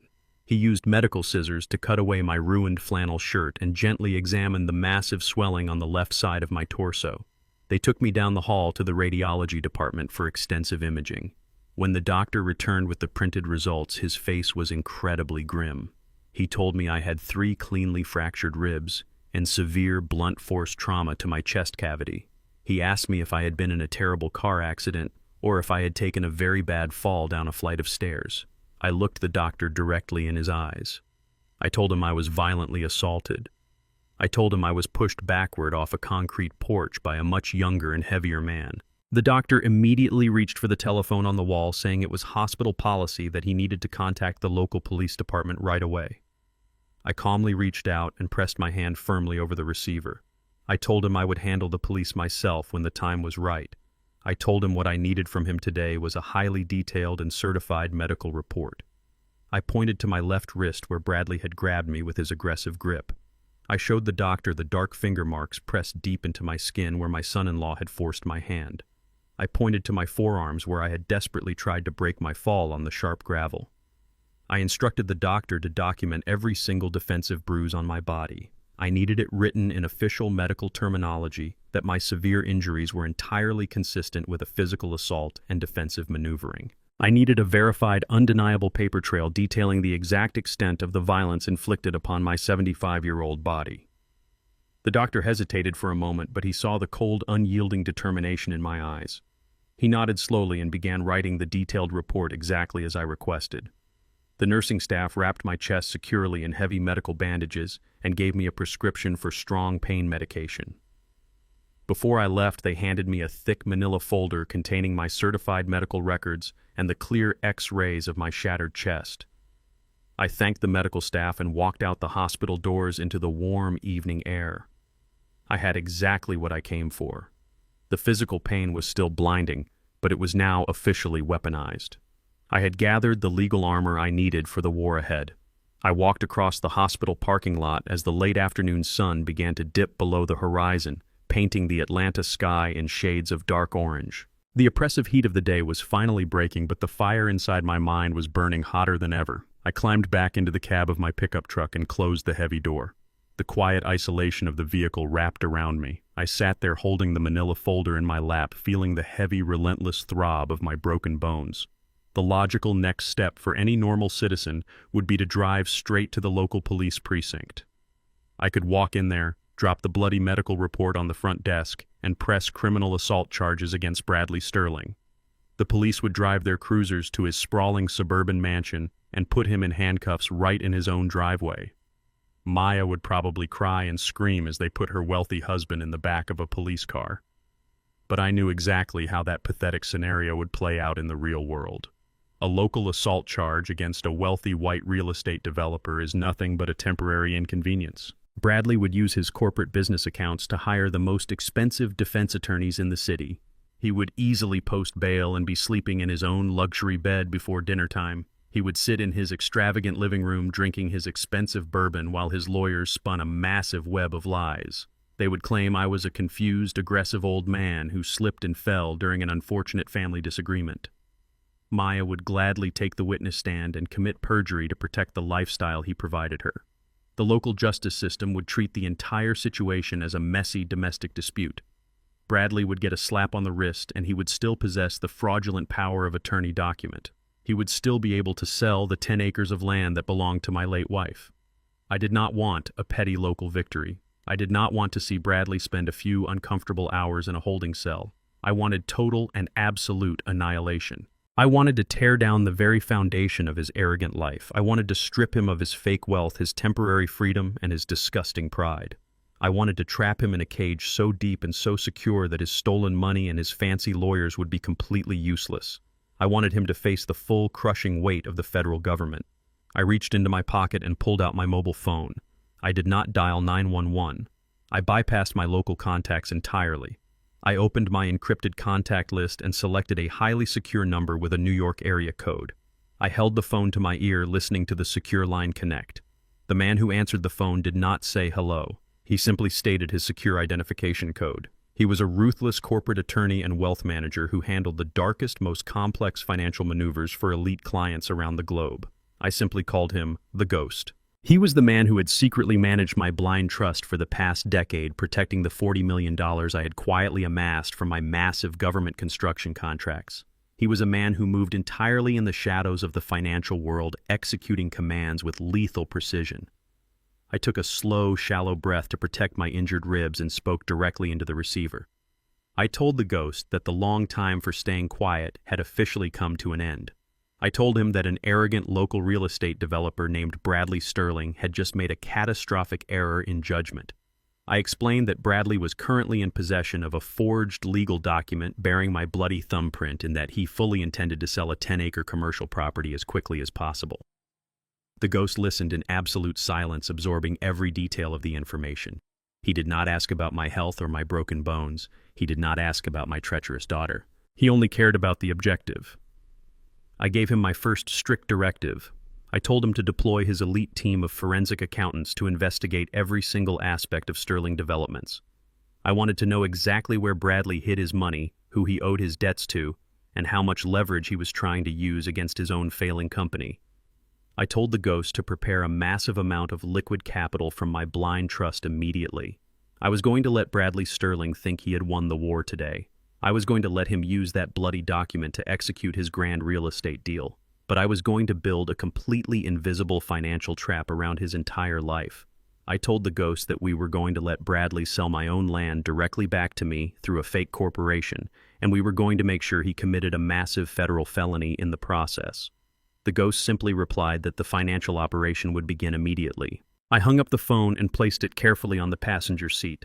I looked at the hospital building one last time before putting my truck into gear. The pain in my chest was a constant, sharp reminder of the ultimate betrayal I had suffered from my own blood. But as I drove out of the parking lot and headed back to my empty house, I felt a profound sense of absolute calm wash over me. Bradley Sterling thought he was the apex predator in this story. He thought he was hunting a weak old man who had no power to fight back. He had absolutely no idea that he was swimming in deep, dark waters, and the jaws of a leviathan were already closing tightly around him. I sat in the quiet isolation of my old pickup truck parked safely in the dark corner of the hospital parking lot. The streetlights flickered on above me, casting long, dark shadows across the cracked asphalt. My chest throbbed with a relentless burning agony from my shattered ribs, but my mind was operating with absolute icy precision. I reached into my coat and held my highly secure mobile phone to my ear, listening to the encrypted line ring out into the night. The man who answered the call did not say hello. He never offered any polite pleasantries or asked about the weather. He simply picked up the heavy receiver and waited in complete silence for my voice to break the tension. His real name was Arthur Vance, but in the ruthless financial underworld of New York City, he was known exclusively as the Ghost. He was a brilliant and utterly terrifying corporate lawyer and a masterful wealth manager. He specialized in moving massive amounts of liquid capital across global markets without ever leaving a single paper trail behind for anyone to follow. I had paid him a small fortune over the past decade for one specific and vital purpose. He kept my true identity and my vast financial resources completely erased from the public grid. I took a slow, shallow breath to protect my broken bones and spoke directly into the receiver. I told the Ghost that my long period of peaceful, quiet retirement had officially come to a brutal end. I explained that an arrogant and desperate local real estate developer named Bradley Sterling had just made a catastrophic error in judgment that would cost him his entire life. I told him that Bradley was currently in possession of a forged legal document bearing my own bloody thumbprint, and that he fully intended to sell a 10-acre commercial property as quickly as humanly possible. The Ghost listened in absolute silence, absorbing every single minute detail of the violent encounter. He did not ask about my health or my physical injuries. He did not express pity or concern over the treacherous and deeply disgusting actions of my daughter Maya. He only cared about the strategic objective that now lay ahead of us. I gave him my first strict and unyielding directive. I told him to deploy his absolute best elite team of forensic accountants to investigate every single aspect of Sterling developments. I wanted to know exactly where Bradley hid his stolen money, who he owed his deepest and most dangerous debts to, and how much fraudulent leverage he was desperately trying to use to keep his failing company afloat. I told the ghost to prepare a massive amount of liquid capital from my hidden blind trust immediately. I was going to let Bradley Sterling think he had won the bloody war today. I was going to let him use that forged document to execute his grand real estate deal and feel like a victorious, undisputed conqueror. But in reality, I was going to build a completely invisible financial trap around his entire miserable existence. I told the ghost that we were going to let Bradley sell my own land directly back to me through a fake shell corporation, and we were going to make absolutely sure he committed a massive, unpardonable federal felony in the very process. I wanted total and complete financial domination. The ghost simply replied in his cold, mechanical voice that the financial operation would begin immediately, and that the offshore funds were already being mobilized for deployment. I hung up the phone and placed it carefully on the passenger seat next to my certified medical records. I looked at the brightly lit hospital building one last time before putting my heavy truck into gear and driving out into the city. The physical pain in my chest was a constant, sharp reminder of the ultimate and unforgivable betrayal I had suffered from my own blood. But as I sat there gripping the steering wheel in the dark, I felt a profound sense of absolute calm wash over my soul. Bradley Sterling thought he was the apex predator in this story. He thought he was hunting a weak, uneducated old man who had no power to fight back. He had absolutely no idea that he was swimming in deep, dark waters, and the jaws of a massive leviathan were already closing tightly around him. People like Bradley Sterling always make the very same fatal assumption when they look at someone like me. They look at a 75-year-old black man with heavily calloused hands living in a modest brick house and driving a 10-year-old pickup truck, and they immediately see poverty and weakness. They see an easy target. They see an uneducated common laborer who got incredibly lucky with a piece of inherited real estate. They never stop for one single second to wonder how those thick calluses actually got there. They never consider the lifetime of brilliant strategy and painful sacrifice required to survive and thrive in a world that was entirely built to keep you down. For 40 long years, I did not just pour concrete and hammer nails into wood. I built an undeniable and untouchable empire. My construction firm, Ellis Industries, started small with just a few broken tools, but we quickly grew to become the primary contractor for massive federal infrastructure projects across the entire American South. We built the sprawling highways that men like Bradley drove their leased luxury cars on. We built the massive steel bridges that connected major metropolitan cities together. We built the towering federal courthouses where blind justice was handed down to criminals. For 4 decades, I negotiated directly with powerful government officials and wealthy corporate titans who thought they could outsmart me simply because of the dark color of my skin. And for 4 decades, I quietly and systematically outmaneuvered every single one of them. I amassed a staggering personal fortune that most arrogant men could not even begin to comprehend in their wildest dreams. But 10 years ago, when my beautiful wife Shirley grew sick with her final illness, I decided I had earned enough money for one lifetime. I quietly liquidated my entire company, selling off every asset and every contract. I did not throw a lavish retirement party or buy a fleet of exotic sports cars to show off my overwhelming success to the neighborhood. Instead, I placed over $40 million into a highly secure and completely untraceable blind trust managed exclusively by the ghost. I structured the funds so that my name would never appear on any public registry or wealthy individual list anywhere in the country. I simply walked away from the cutthroat corporate world and returned to the quiet suburban neighborhood where Shirley and I had started our humble lives together. I lived in that simple brick house because I loved the memories it held, not because I was broke. I drove my old truck because it kept me grounded and reminded me of the exhausting hard work that built my solid foundation. Shirley always believed that true wealth was measured by the peace in your heart and the quiet dignity of your daily life. She taught me that money is merely a tool to be used wisely, and that showing it off only attracts greedy, dangerous parasites. We raised our daughter Maya with those exact same strong values, hoping she would understand that personal character matters infinitely more than social status. But the moment Maya married a greedy, superficial, and arrogant man like Bradley, she abandoned absolutely everything we ever taught her. She traded her soul and her dignity for a sprawling mansion heavily financed by dangerous debt and a pathetic, fragile illusion of superiority. She looked at her own bleeding father and saw nothing but a disposable stepping stone for her husband to climb on to save his own failing image. They both thought they had successfully backed a helpless senior citizen into an inescapable and terrifying corner. They truly believed my silence on the driveway was the silence of a defeated and broken victim who had just surrendered to their cruelty. They did not understand that I was silent because I was calculating the exact velocity and financial force required to completely obliterate their existence from the ground up. Now the time for living quietly and peacefully had officially passed. I was unlocking the heavy vault.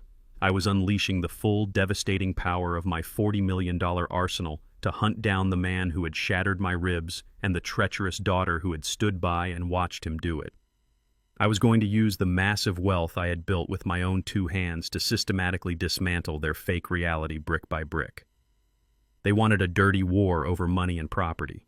They were about to learn what real, unyielding power looks like when it operates entirely in the shadows. I was not going to raise my voice or lose my temper. I was not going to throw a single physical punch. I was simply going to buy the very ground out from under their feet and let gravity do the rest of the violent work.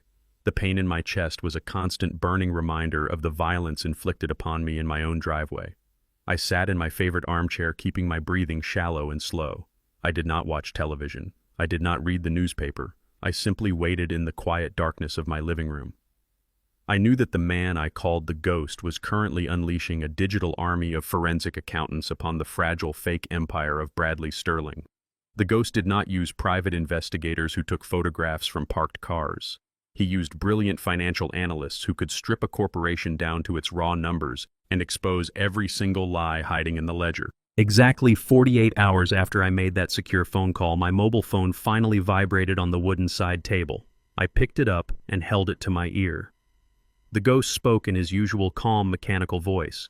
He told me that his team had successfully bypassed the superficial security layers of Sterling Developments. What they found inside was not a functioning real estate firm. They found a spectacular, heavily mortgaged illusion. Bradley Sterling was not just experiencing a temporary dip in the housing market. He was completely and entirely bankrupt. His company had not turned a legitimate profit in over 3 years. Every single project he claimed to be developing was stalled, tied up in endless litigation or bleeding cash. He was shuffling money from one failing project to the next just to keep the lights on in his extravagant downtown office. The Ghost detailed the absolute extent of the financial rot. The luxury vehicles Bradley and my daughter Maya drove were all leased and severely behind on payments. The $3 million suburban mansion they lived in carried 3 separate mortgages, and the bank was already preparing to initiate foreclosure proceedings. Bradley was a man drowning in an ocean of debt, putting on a custom-tailored suit every morning to convince the world he was swimming. He walked around Atlanta with the arrogant swagger of a self-made millionaire when in reality his net worth was a massive negative number. He looked at an old black man living in a modest brick house and felt superior. But I had more liquid capital sitting in a single checking account than Bradley had seen in his entire miserable life. Hearing the Ghost read off the devastating balance sheets brought a cold, calculating clarity to my mind. It perfectly explained the sheer desperation I had seen in his eyes when he stood in my living room. It explained why a man who cared so much about his public image was willing to commit a violent physical assault in broad daylight. He was not trying to expand a successful empire. He was fighting for his literal survival. If the public or his investors ever saw the true state of his finances, his entire world would instantly collapse. The illusion of his superiority would shatter and he would be exposed as a pathetic failure. But the Ghost was not finished speaking. The bankruptcy was only the surface level of the rot. There was a much darker and far more sinister truth buried beneath the mountain of unpaid bills. The Ghost told me to listen very carefully to the next piece of information because it changed the entire dynamic of the war we were waging. Bradley Sterling was not simply a bad businessman who made poor investments. He was an active and desperate criminal. The forensic accountants had traced a series of highly suspicious wire transfers buried deep within the corporate accounts of Sterling Developments. Bradley had been deliberately and systematically embezzling money directly from the escrow accounts of his own clients. In the real estate business, an escrow account is a sacred trust. It is money belonging to buyers and sellers held safely until a deal is officially closed. Touching that money for personal use is one of the most severe financial crimes a developer can commit. But Bradley had absolutely no moral compass. He had been draining those protected accounts to maintain his fraudulent luxury lifestyle. He used stolen money from hard-working families to pay for the designer silk dresses my daughter Maya wore. He used stolen money to pay the exorbitant membership fees at his exclusive country club. He used stolen money to buy expensive bourbon and host lavish dinner parties pretending to be the king of Atlanta real estate. He was a common thief hiding behind a corporate logo. The ghost explained the fatal timeline Bradley was currently facing. The Internal Revenue Service had recently flagged his company for several severe discrepancies. A comprehensive federal tax audit was scheduled to begin in less than 30 days. When federal auditors opened the books of Sterling Developments, they would instantly see the gaping millions of dollars missing from the protected escrow accounts. The moment the government discovered the embezzlement, Bradley would face multiple felony charges and decades in federal prison.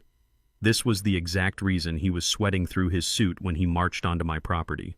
He needed a massive influx of clean, untraceable cash to replace the stolen escrow funds before the auditors arrived. My 10-acre plot of land was his only remaining lifeline. He knew the sudden rezoning had skyrocketed its value to $15 million. If he could force me to sign that land over to his company, he could quickly sell it to a major corporate developer and use the profits to quietly refill the empty escrow accounts. He would pay off his immediate debts and escape the federal audit completely unscathed. I was his absolute last hope of staying out of a federal penitentiary. My land was his get-out-of-jail-free card. This realization brought a sharp, bitter taste to my mouth. He had shoved a 75-year-old man off a concrete porch and shattered my ribs not just out of greed, but out of sheer blinding panic. He was a cornered rat willing to sacrifice the life of his own father-in-law to cover up his disgusting crimes. And my daughter Maya had stood right there in the driveway watching me bleed to protect a man who was funding her glamorous life with stolen money. She thought she had married a brilliant, wealthy entrepreneur. I wondered if she actually knew she was sleeping next to a desperate thief who was dragging her straight into a federal indictment. The picture was now perfectly clear. Bradley was dangling over the edge of a massive cliff, gripping my property deed to keep from falling. All I had to do was step on his fingers. I told the ghost to proceed to the next phase of our operation. I did not want to expose his embezzlement right now. If we tipped off the authorities today, he would simply go to jail for stealing client funds. That was not enough punishment for what he had done to my family and my body. I wanted him to climb even higher into his own trap. I wanted him to feel the absolute thrill of total victory. I wanted him to believe he had successfully sold my land and secured the millions of dollars he desperately needed to cover his tracks. The ghost confirmed that our fake shell company, Apex Corporation, was already preparing the $15 million purchase offer. We were going to give Bradley exactly what he wanted. We were going to hand him a golden shovel and watch him dig a grave so deep he would never see the light of day again. I hung up the phone and leaned back in my chair, feeling the sharp sting of my broken ribs. The pain was still there, but it was now fueled by a powerful and unrelenting sense of purpose. Bradley Sterling had built his entire life on lies, theft, and violence. He had chosen the wrong victim to save his sinking ship. I was going to let him taste salvation, and then I was going to turn it to ash in his mouth. The encrypted phone sitting on my kitchen table buzzed again late in the evening. I picked it up and held it to my ear. The ghost did not waste a single second with greetings. He told me that his team of forensic accountants had dug past the corporate ledgers of Sterling Developments and had started pulling the personal credit files of everyone involved. He said I needed to sit down to hear the next piece of information. I told him I was already sitting and that my broken ribs were aching enough that nothing could possibly surprise me. I was completely wrong. Bradley Sterling had not just bankrupted his own company, he had completely and systematically destroyed the financial future of my daughter Maya. The ghost explained that Bradley had ruined his own personal credit score years ago. No legitimate banking institution in the state of Georgia would lend him a single dime. So he did what any parasitic coward would do. He stole the identity of his own wife. He had taken Maya's social security number and used her pristine credit history to secure massive high-interest loans. He did not go to traditional banks. He went to shadow lenders. These were dangerous, unregulated private equity firms that charged extortionate interest rates and did not care how the money was used as long as they got their monthly cut. Bradley had forged Maya's signature on dozens of financial documents, making her the primary guarantor for over $4 million in toxic debt. Maya had absolutely no idea. She was driving around Atlanta in a leased luxury vehicle and swiping black credit cards at high-end boutiques, thinking her husband was a real estate genius. She thought she was married to a man who provided her with an elite lifestyle. She did not know that she was legally responsible for millions of dollars in predatory loans. If Bradley missed a payment, those shadow lenders would not come after him. They would come directly after her. They would seize her bank accounts, garnish any wages she ever earned, and legally destroy her life. Bradley had turned his own wife into a human shield to protect his failing empire. Sitting in my quiet house, I felt a very complex and dark emotion wash over me. Maya had stood in my driveway and watched her husband shatter my ribs. She had smiled and provided an alibi for my attacker. She had completely betrayed me. But hearing the ghost read out those massive debt numbers sent a deep paternal rage rushing through my veins. Bradley was not just a greedy businessman. He was a predator who had targeted a successful black woman and drained her resources to fund his fraudulent white-collar lifestyle. He had strapped an invisible financial bomb to my daughter's chest, and she was too blinded by greed to even hear the ticking. But the absolute worst discovery was still to come. The ghost paused for a moment on the phone. It was the first time in 10 years I had ever heard the ruthless New York lawyer hesitate. He told me that his investigators had tracked exactly how Bradley was trying to launder the money he was embezzling from his clients. When you steal millions of dollars from protected escrow accounts, you cannot simply deposit that dirty money into your personal checking account. The federal government monitors large transactions. You have to wash the money to make it look legitimate. The ghost told me to brace myself for how Bradley chose to wash his stolen funds. Bradley had legally established a tax-exempt non-profit organization. He named it the Atlanta Black Youth Initiative. I felt the air leave my lungs completely. The sheer audacity of the name was sickening. Bradley had set up a fake charity designed on paper to provide educational scholarships and community resources for underprivileged black children in the inner city. But it was nothing but a hollow shell. Bradley used his black wife Maya as the public face of this organization. He put her picture on the brochures and had her attend high society fundraising galas.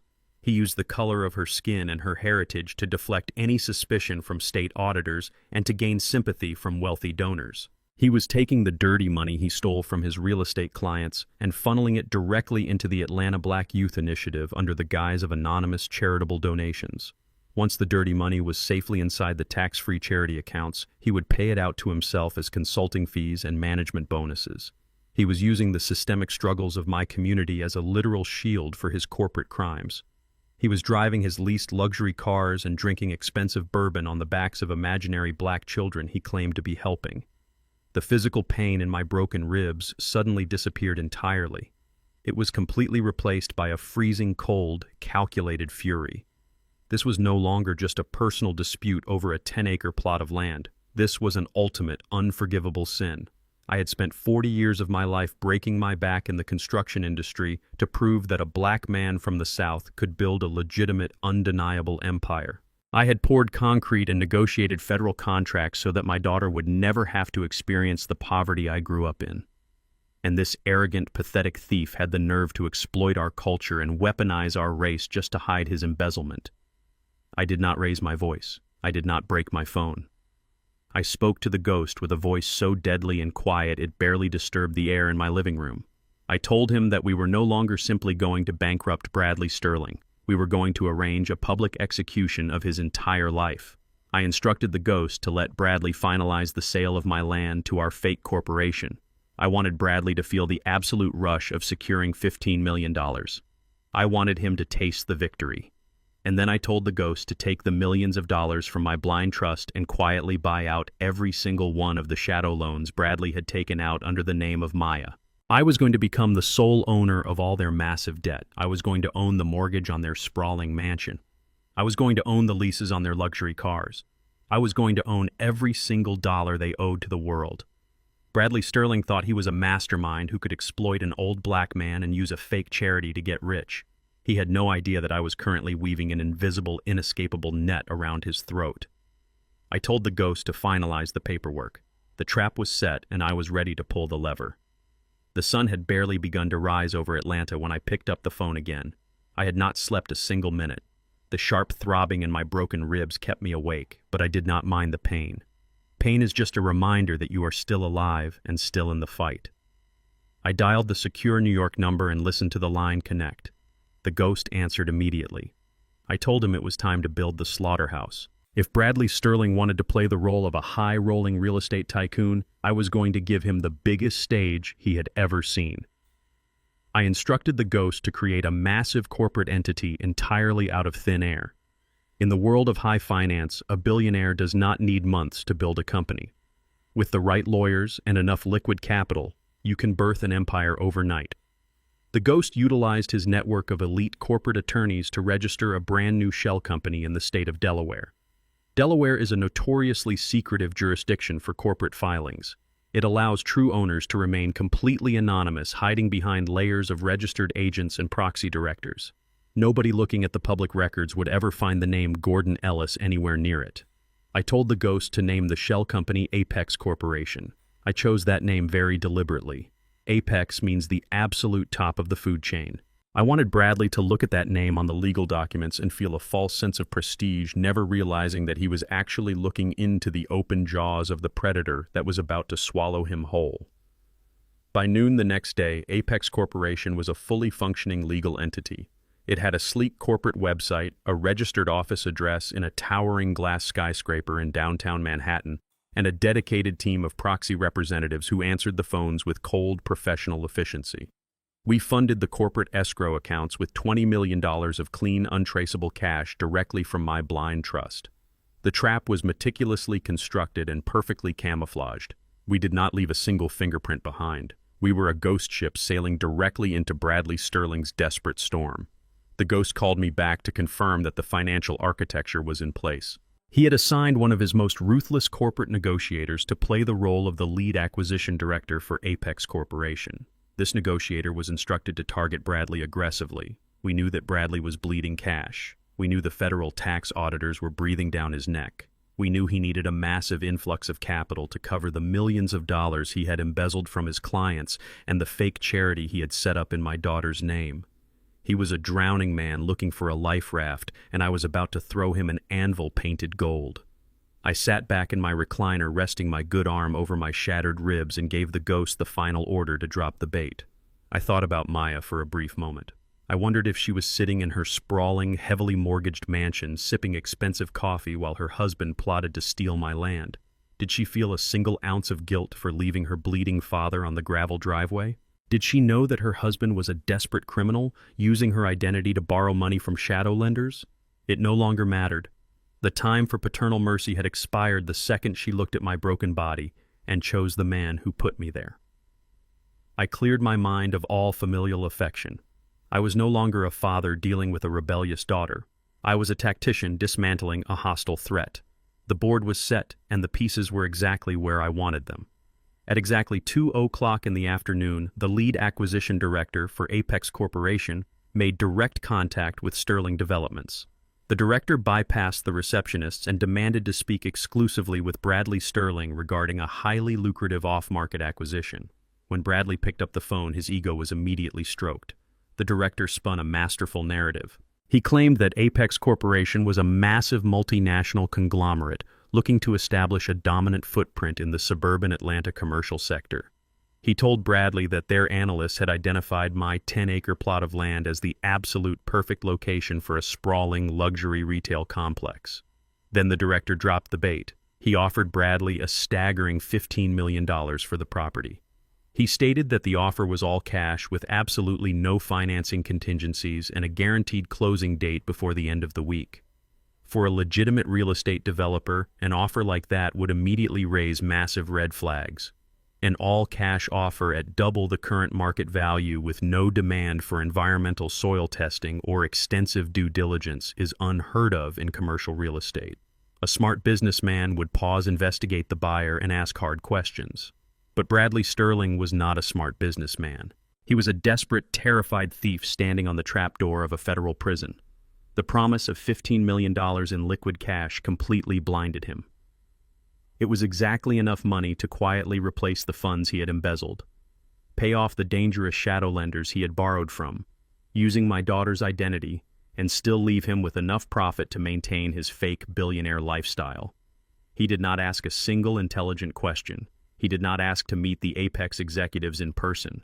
He simply saw salvation dropping from the sky, and he lunged for it with both hands. The ghost monitored the entire communication and relayed the details to me. He told me that Bradley was practically hyperventilating with excitement on the phone. Bradley confidently assured the Apex director that he had full legal authority to sell the 10-acre parcel on behalf of his elderly father-in-law. He claimed that the property was already under his exclusive management and that he could expedite the title transfer immediately. The Apex director played his role perfectly.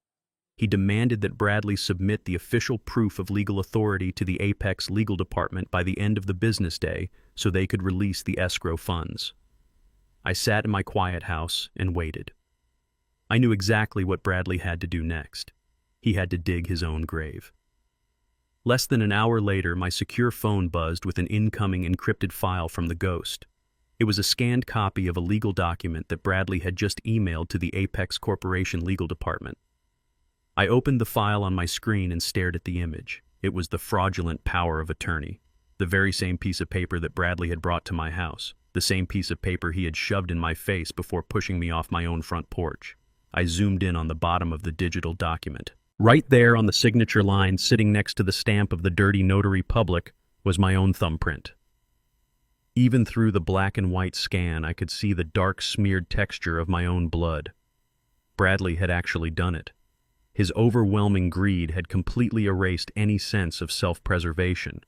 He had taken a document forged through violent physical assault, bearing the literal blood of an elderly man, and he had willingly transmitted it to a corporate entity to authorize a $15 million real estate transaction. He felt so untouchable, so absolutely convinced of his own superior intelligence that he did not even bother to cover his tracks. He thought he was closing the biggest and most successful deal of his miserable career. He thought he had outsmarted a foolish old black man who did not know how the real world worked. I closed the file on my phone and let out a long, slow breath. The snare had officially snapped shut. By voluntarily submitting that bloody fraudulent document to a corporate buyer, Bradley had locked himself into the transaction. He had legally bound himself to the sale. He had swallowed the bait so deeply that the hook was now resting directly in his stomach.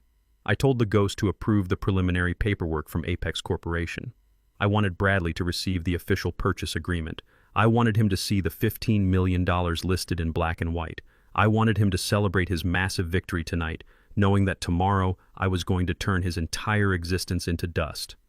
The sheer arrogance of a man like Bradley is his ultimate weakness. He believes that the world is a game designed specifically for him to win. He looks at a man like me and assumes my silence is stupidity. He assumes my patience is weakness. He never stops to consider that a man who spent 40 years building skyscrapers knows exactly how to demolish them. I sat in my armchair feeling the deep ache in my ribs. It was no longer a pain of victimization. It was the physical cost of doing necessary brutal business. Bradley was celebrating in his mansion right now, pouring expensive champagne for my treacherous daughter. They were toasting to their success and laughing at my expense. Let them laugh. Let them drink their wine and dream of their $15 million. They had no idea that they were drinking on death row. The paperwork was signed. The bloody thumbprint was officially recorded. The phantom buyer was waiting in the shadows. All that was left was to pull the final thread and watch the entire fake empire collapse under its own weight. I sat in the dim light of my quiet study with a glass of ice water in my hand. Every breath I took was a sharp, stabbing reminder of the violent assault I had endured, but I refused to take the strong pain medication the hospital had prescribed. I needed my mind to be completely clear. Across town in a sprawling, heavily mortgaged mansion, Bradley Sterling was undoubtedly popping open a bottle of ridiculously expensive champagne. I could almost hear the clinking of crystal glasses and his loud, obnoxious laughter echoing off his vaulted ceilings. He was celebrating his supposed victory, toasting to the $15 million he believed was sitting just beyond the horizon, waiting to land in his fraudulent corporate account. He truly thought the bloody piece of paper he had forced me to sign on the gravel driveway was his ultimate salvation. He thought he had outsmarted the system, beaten the federal tax auditors, and secured his legacy as a brilliant real estate tycoon. He believed he had dominated a weak, uneducated old black man and walked away a conqueror. But while Bradley was busy celebrating a phantom victory, I was actively constructing his financial tomb.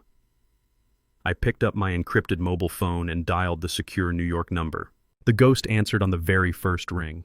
I gave him the absolute green light for Phase 2 of our operation. I did not just want to block the fraudulent sale of my deceased wife Shirley's land. I wanted absolute and total financial domination. I wanted to control the very air Bradley Sterling breathed. I instructed the ghost to take the millions of dollars sitting idle in my untraceable blind trust and systematically buy out every single ounce of debt tied to Bradley and his failing company, Sterling Developments. The ghost immediately unleashed his elite team of financial assassins. They did not operate like a traditional conservative bank. They moved like silent shadows through the complex, unregulated underworld of private equity and distressed commercial debt. Bradley had been surviving on toxic loans for years, borrowing millions of dollars from dangerous shadow lenders at extortionate interest rates just to keep his fake real estate empire from completely collapsing. He had desperately forged the signature of my daughter Maya to secure these massive loans, turning her pristine credit score into a ticking financial time bomb. These shadow lenders did not care who bought their paper as long as they made a fast profit. The ghost approached them through a web of anonymous proxy corporations, offering to purchase the high-risk debt portfolios of Bradley in pure, untraceable liquid cash. One by one, the greedy private lenders eagerly sold off the promissory notes. Within a matter of hours, my blind trust absorbed his massive corporate loans, his maxed-out business credit lines, and the predatory private debts he had secretly taken out under the stolen identity of his own wife. It was a masterclass in silent financial execution. Bradley was completely oblivious to the massive shift in power. The major banks and the private equity firms do not call you to tell you your debt has been sold to a secondary holding company. They simply update the routing number for your next monthly payment. Bradley thought he owed money to a dozen faceless financial institutions and a handful of ruthless loan sharks. He had absolutely no idea that every single one of those massive, suffocating debts was now sitting firmly in the palm of my calloused hand. I owned the paper on his entire corporate and personal existence. If I decided to call in those debts, his company would be instantly liquidated, his business assets would be frozen solid, and his professional reputation would be annihilated before the sun went down. But I was not ready to call the debts in just yet. I wanted the invisible noose to be perfectly tight around his throat before I kicked away the chair. After successfully securing the corporate debt, I directed the ghost to go after the ultimate prize. I wanted to capture the crown jewel of the arrogant fake reality Bradley had constructed. I wanted his $3 million suburban mansion. Bradley loved that sprawling house more than he loved his own life. He used it as a massive theatrical prop to convince his wealthy investors, his country club neighbors, and even his own wife that he was a self-made titan of industry. Maya loved that house too. She hosted lavish dinner parties in her grand formal dining room, showing off her custom chef kitchen and her imported marble floors, completely ignorant to the terrifying fact that the entire massive structure was built on a crumbling foundation of lies, embezzlement, and stolen identity. The ghost informed me that the mansion actually carried 3 separate and highly delinquent mortgages. Bradley was drowning in deep arrears, barely scraping together the minimum payments to stave off the aggressive foreclosure notices that were already being drafted by the primary lending bank. The bank saw the luxury property as a highly toxic, non-performing asset. When the proxy corporation set up by the ghost stepped in and offered to purchase the primary mortgage outright, the bank executives were absolutely thrilled to offload the risk. The financial transaction was completely seamless, silent, and devastatingly permanent. Next came the luxury vehicles parked in their pristine circular driveway. Bradley drove a top-of-the-line custom Mercedes-Benz, and he had leased a sleek black luxury SUV for Maya so she could play the role of the wealthy suburban socialite. Both of those expensive vehicle leases were heavily delinquent and on the verge of repossession. My trust absorbed those specific contracts with a simple stroke of a digital pen. I sat back in my armchair, feeling the sharp, grinding ache of my broken ribs shifting in my chest. I let the absolute magnitude of what had just transpired wash over me in the quiet darkness of my living room. In less than 24 hours, I had completely redefined the fundamental reality of their existence. Without Bradley ever receiving a single phone call or email notification, without Maya ever looking up from her expensive designer handbag, I had become the undisputed master of their fate. I now literally owned the massive roof over their heads. I owned the imported marble floors they walked on, the walls that protected them from the elements, and the very bed they slept in. I owned the powerful engines in the luxury cars they drove to their exclusive restaurants. I owned the massive, crushing debt that kept Bradley awake in a cold, terrified sweat every single night. He walked around Atlanta acting like he was a king, but he was nothing more than a pathetic peasant living on my land, breathing my air entirely by my unspoken permission. There was a profound, almost terrifying poetry to this level of financial domination. Maya had stood in my gravel driveway looking down at my bleeding face and my shattered body, and she had deliberately chosen to protect her luxurious lifestyle over the life of the father who raised her from birth. She had cold-heartedly justified a brutal physical assault because she thought Bradley was her ultimate financial provider, her impenetrable shield, her golden ticket to high society. She thought her massive $3 million mansion was a permanent fortress that separated her from the struggles of a poor, uneducated old black man. She was sleeping soundly tonight under a roof that legally belonged to the very same man she had left bleeding in the dirt. Her entire glamorous reality was nothing but a fragile stage play, and I was now the sole owner of the entire theater. If I simply snapped my fingers, my lawyers would foreclose on the mansion by morning.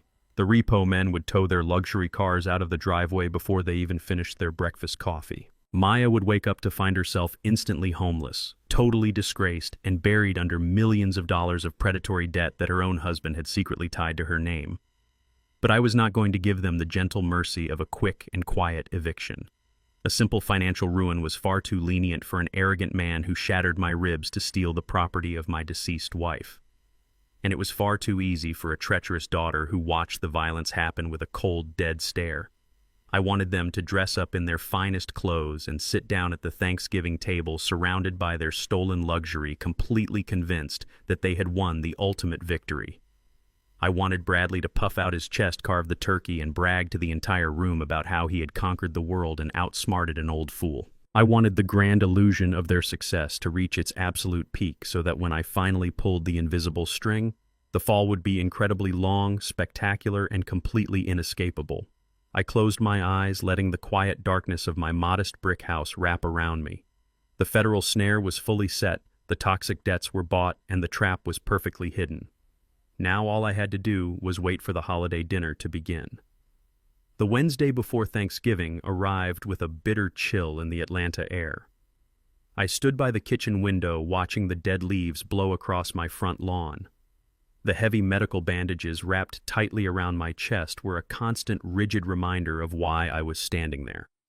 My 3 broken ribs ached with a deep, dull throb every time I took a breath, but the physical pain was completely overshadowed by the cold, calculating anticipation building in my mind. Tomorrow was the holiday. Tomorrow, families all across the country would gather around their tables to give thanks for their blessings. But today was the day of execution. Today was the day Bradley Sterling would officially sign his own death warrant. My encrypted mobile phone rested on the kitchen counter. I stared at it, waiting for the inevitable call from the ghost. For the past 48 hours, Bradley had been absolutely frantic. He had been scrambling around his lavish downtown office, barking orders at his dwindling staff and trying to keep his creditors at bay for just one more day. He was high on the adrenaline of a desperate man who believes he has just found a magical cure for all his fatal mistakes. Apex Corporation. Our phantom buyer had sent over the massive stack of final closing documents early that morning. The paperwork was incredibly thick, filled with complex legal jargon designed to look like a standard high-level commercial real estate acquisition. But there was absolutely nothing standard about this transaction.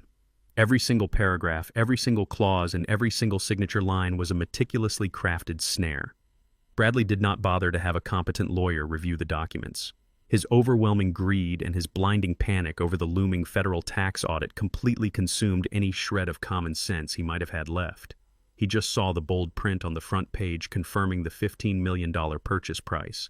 He saw the ultimate salvation of his fake empire, and he lunged for it blindly. The ghost called me exactly at noon.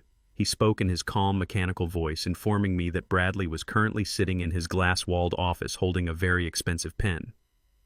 I could perfectly picture the arrogant smirk on his face. I could imagine him smoothing his custom-tailored suit, feeling like an absolute titan of industry. He genuinely believed he was executing a masterful corporate maneuver. He thought he was successfully selling my 10 acres of land to a faceless multinational conglomerate. He did not realize he was actually selling my land directly back to me. Bradley flipped to the final page of the heavy contract. He did not hesitate for a single second. He did not feel a single ounce of remorse for shoving a 75-year-old black man off a concrete porch. He did not feel guilty for dragging my bleeding thumb across a fraudulent document. He only felt the sickening thrill of a predator securing his prey. He pressed his expensive pen to the paper and signed his name with aggressive, flourishing strokes. He signed as the authorized legal representative of my estate. By putting his signature on that specific line, he legally cemented his commitment to the fraudulent sale. He bound himself entirely to the fake transaction. The crime was no longer just a physical assault or a local civil dispute over property. It was now a fully executed corporate fraud. But signing the contract was only the first half of the trap. I needed him to take one more specific action. I needed him to cross a very distinct legal boundary that would completely remove his fate from the lenient local justice system and place it directly into the unforgiving hands of the federal government. I told the ghost to hold the line and wait for the final transmission. In order to finalize the $15 million acquisition, Apex Corporation required Bradley to submit the original proof of his legal authority. The corporate instructions clearly stated that the power of attorney document had to be transmitted directly to the legal headquarters of Apex located in the state of Delaware. They also required him to submit the official routing information for where the massive sum of cash should be deposited. Bradley was incredibly eager to comply. He walked over to his office fax machine holding the bloody, fraudulent document that he had stolen from me. He placed the paper into the machine. He dialed the out-of-state area code for Delaware. He pressed the send button. That simple, mundane action was the most catastrophic mistake of his entire miserable life. The moment that fraudulent document transmitted across state lines, the legal classification of his crime instantly transformed. It was no longer a matter for the Atlanta Police Department. By using interstate telecommunication lines to facilitate a massive financial fraud, Bradley had just committed federal wire fraud. It is a severe, unpardonable felony that carries a mandatory sentence of up to 20 years in a federal penitentiary. He had just handed the federal government the ultimate jurisdiction over his life. But his arrogance did not stop there.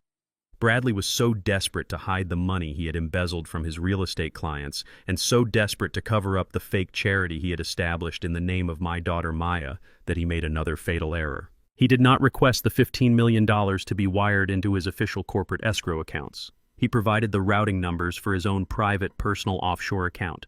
He intended to intercept the massive payment wash the money through his personal channels and then quietly filter it back into his business to hide his massive theft from the upcoming tax auditors. It was a textbook case of egregious money laundering. He was tying a concrete block to his own ankles before jumping into the deep end of the ocean. My phone buzzed with an incoming encrypted file. The ghost had intercepted the fax transmission. I opened the file and looked at the digital copy of the bloody power of attorney document sitting right next to the wire transfer request bearing the personal banking details of Bradley Sterling. The evidence was absolutely flawless. It was a pristine, undeniable paper trail of federal crimes committed by a desperate, arrogant thief. I told the ghost that the snare was completely closed. There was no escape. I walked into my quiet study and opened my heavy steel wall safe. I pulled out a thick leather binder. Inside, I had meticulously compiled every single piece of evidence required to completely obliterate Bradley and his fake empire. I had the certified hospital reports detailing my 3 broken ribs and the defensive bruising on my arms.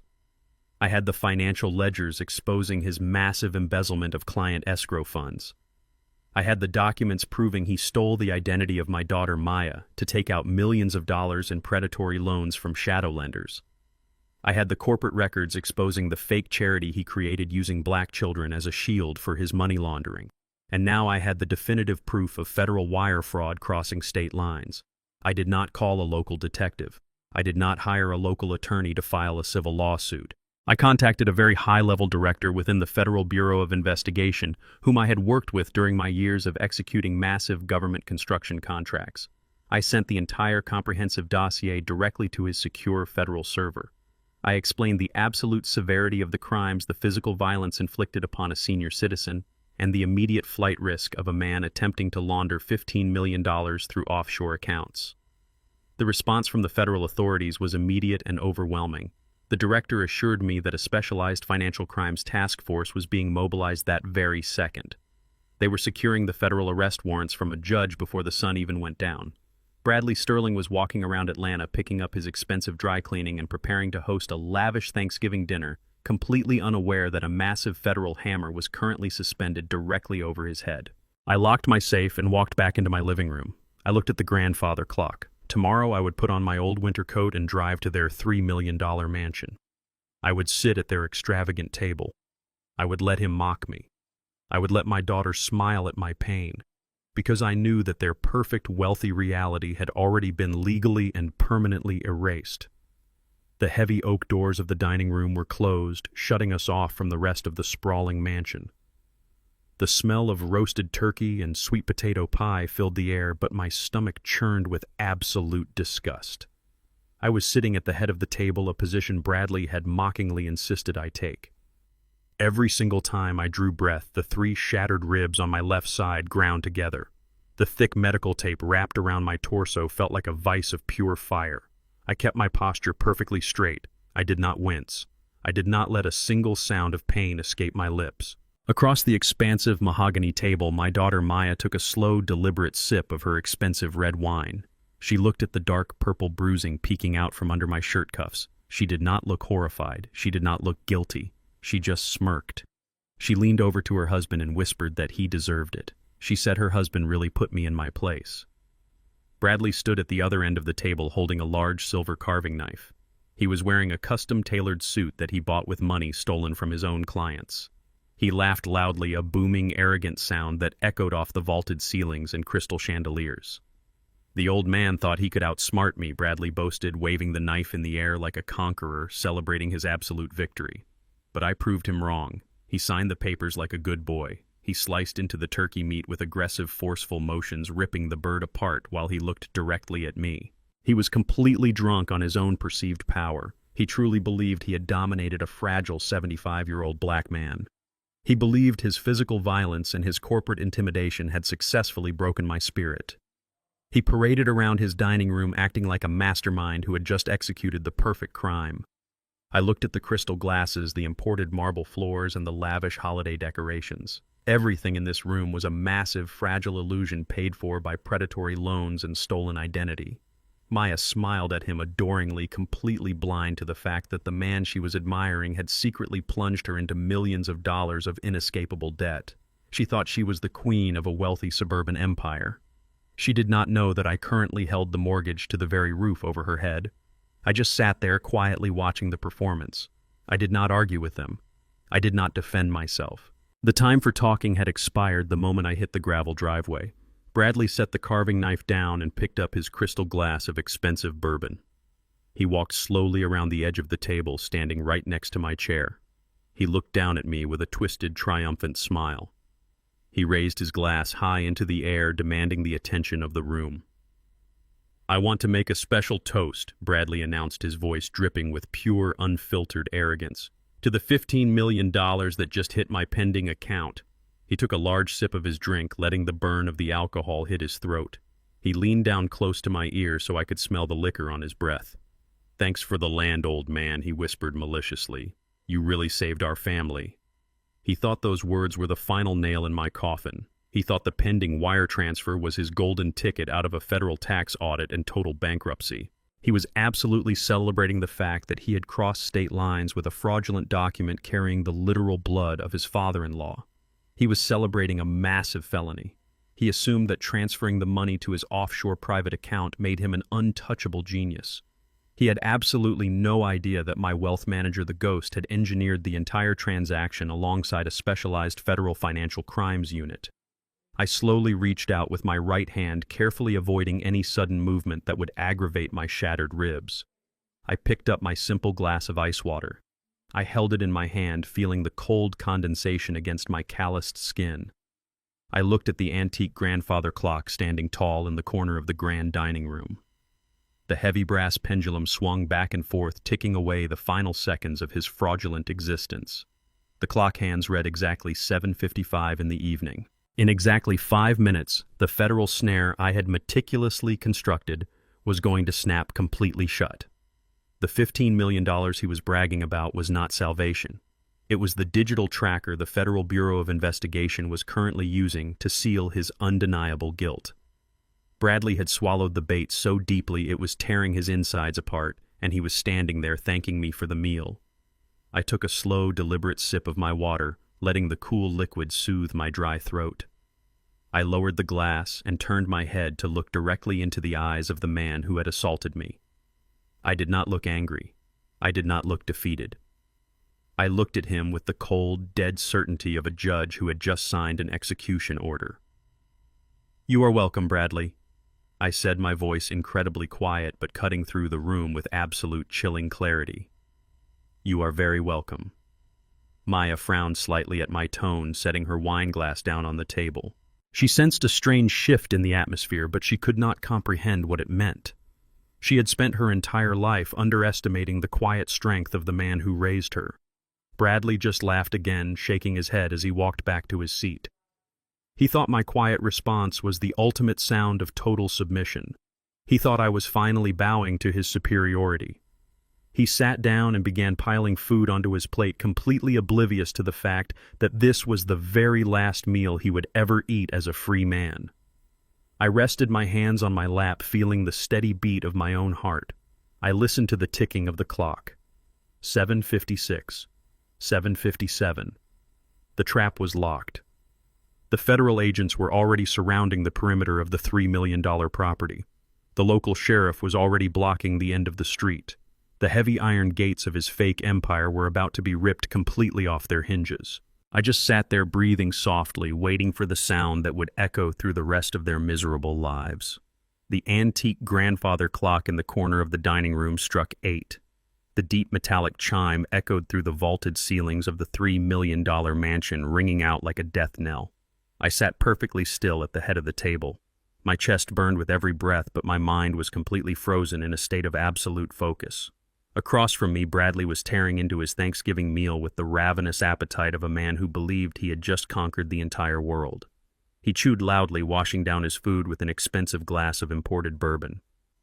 Maya sat beside him, picking delicately at her salad, completely oblivious to the massive invisible shadow that had just descended upon her perfect suburban life. She was smiling that hollow, arrogant smile, thinking about the country club memberships and the new luxury cars they would buy with my stolen money. She looked at my bruised face and felt absolutely no remorse for the violence her husband had inflicted upon me. Then it happened. The heavy brass doorbell rang out, echoing sharply through the grand foyer. It was a simple sound, but in that specific moment it felt like a gunshot going off inside the quiet house. Bradley stopped chewing. He frowned, slightly annoyed that his victorious holiday dinner was being interrupted. Maya looked up toward the arched doorway of the dining room, her perfectly sculpted eyebrows pulling together in confusion. She asked who could possibly be arriving at this hour on Thanksgiving night. Bradley swallowed his food and wiped his greasy mouth with a linen napkin. He let out a loud, obnoxious laugh that completely filled the room, masking any sense of doubt. He told Maya to relax. He confidently announced that it was probably the courier service delivering the box of premium Cuban cigars he had special ordered to celebrate his massive real estate transaction. He stood up from his velvet-lined chair, smoothing out the wrinkles in his custom-tailored Italian suit.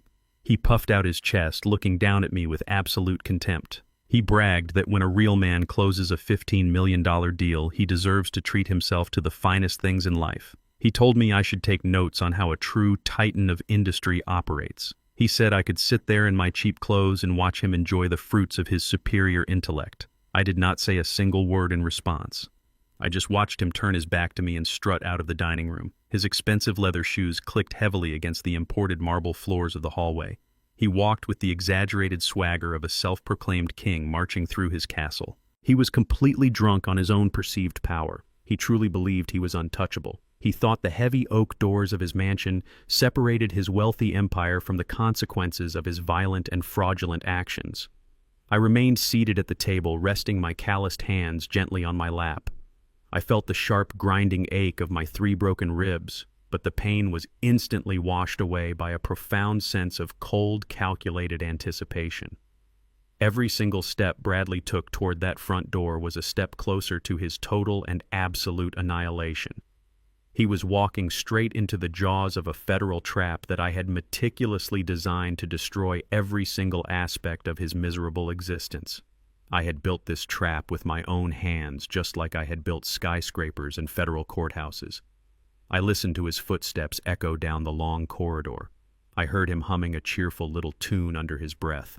He was so incredibly arrogant, so utterly blinded by his own insatiable greed that he could not sense the massive storm gathering right on his front porch. He thought he was opening the door to receive a box of imported cigars to celebrate his victory over a helpless 75-year-old black man. He had absolutely no idea that he was about to open the door to his own funeral. The sound of the heavy deadbolt clicking open echoed all the way back into the dining room. I heard the massive wooden double doors swing wide open, revealing the cold November night. And then there was an immediate and absolute dead silence. The cheerful humming stopped instantly. The arrogant swagger evaporated into the freezing air. I could not see the front porch from where I was sitting, but I knew exactly what Bradley Sterling was looking at. He had pulled the door open, expecting to see a delivery boy holding a wooden box. Instead, he found himself staring directly into an impenetrable wall of absolute federal authority. Standing on his pristine front steps were 4 highly trained agents of the Federal Bureau of Investigation. They were wearing dark tactical windbreakers with those 3 terrifying yellow letters printed boldly across their chests. Standing right beside them, looking incredibly grim and unyielding, was the local county sheriff, a man who did not take kindly to white-collar criminals operating in his jurisdiction. But the most devastating presence on that porch was not the armed federal agents. Standing perfectly centered among the tactical team was a tall, impeccably dressed man in a charcoal pinstripe suit. He exuded a cold, mechanical ruthlessness that made the air around him feel freezing. It was Arthur Vance, the man I simply called the Ghost. He was my lead corporate attorney and wealth manager, but tonight he was playing the role of the chief executive officer of Apex Corporation. He was the phantom buyer who had just lured Bradley into a $15 million federal snare. Bradley physically stumbled backward. I heard his expensive leather shoes scrape clumsily against the marble floor of the foyer. The color completely drained from his arrogant face, leaving him looking like a pale, terrified ghost. His knees actually buckled under the sudden, crushing weight of reality. The alpha male facade completely shattered. He tried to speak, but his voice completely failed him. He let out a pathetic, squeaking sound like a cornered rat, realizing there is no way out of the maze. He stammered, asking what was going on and demanding to know why armed federal agents were standing on his property on Thanksgiving night. The deep, authoritative voice of the lead FBI agent cut through the quiet house like a sharp steel blade. The agent stated his name and demanded that Bradley step outside the residence immediately. The tone was not a request. It was a direct, unforgiving order designed to strip a suspect of any remaining sense of control. Back in the dining room, Maya suddenly stiffened. The heavy, serious voices drifting down the hallway did not sound like a cigar delivery. She looked at me, her eyes widening with a sudden, inexplicable panic. She did not understand what was happening, but her primal instincts were finally screaming that her perfect, luxurious life was in critical danger. She stood up from her velvet chair, her hands shaking slightly. She abandoned her plate of food and walked quickly out of the dining room, her high heels clicking rapidly against the floor. She reached the edge of the grand foyer and stopped completely frozen in her tracks. She saw her arrogant husband trembling uncontrollably with his hands raised defensively in the air. She saw the flashing red and blue lights of the police cruisers reflecting off the glass windows of her massive front doors. She saw the federal agents stepping over her expensive welcome mat with their hands resting dangerously close to their holstered weapons. Maya gasped loudly, her mouth falling open in sheer absolute horror. The sudden, terrifying shock paralyzed her entire nervous system. Her manicured fingers went completely limp. The expensive crystal wine glass she had been holding slipped effortlessly from her grasp.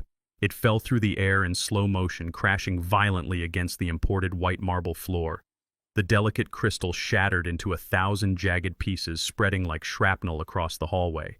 The dark red wine exploded across the pristine white tiles, splattering everywhere. It looked exactly like a massive pool of fresh blood seeping across the foundation of her fake empire. I did not flinch at the sound of the shattering glass.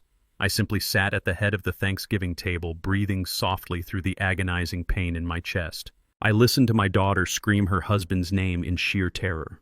I listened to the deep, commanding voices of the federal agents as they stepped into the house to execute the warrant. The grand illusion of their wealthy suburban superiority had officially collapsed. The execution had finally begun, and I was going to make sure they lost absolutely everything they had ever valued.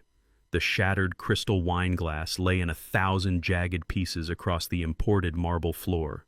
The dark red wine pooled around the expensive Italian leather shoes of Bradley Sterling, looking exactly like fresh blood. He was completely frozen. His chest heaved up and down as he stared at the wall of federal agents standing on his pristine front porch. The flashing red and blue lights from the police cruisers illuminated the terrified, pale skin of his face. He tried to form words, but his throat was completely dry. He looked at the tall, impeccably dressed man in the charcoal pinstripe suit standing in the center of the tactical team.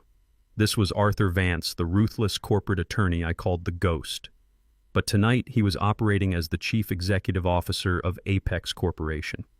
Arthur Vance took a slow, deliberate step over the threshold and entered the grand foyer. He did not look angry. He looked at Bradley with the cold, mechanical precision of an executioner about to pull a lever. He addressed Bradley by his full name, and his voice echoed loudly against the vaulted ceilings of the mansion.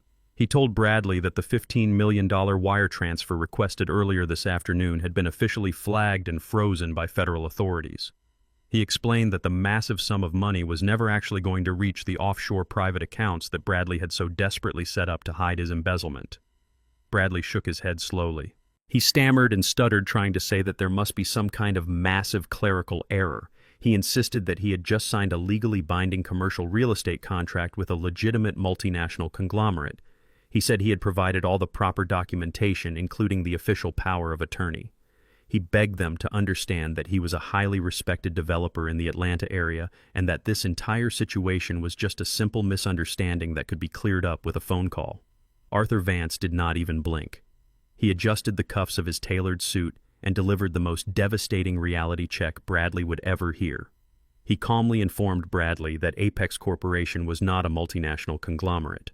He stated clearly that Apex Corporation was nothing more than a temporary shell company, a legal phantom created exactly 48 hours ago for one specific purpose. He explained that Apex Corporation was a direct, wholly owned subsidiary of the Ellis Blind Trust.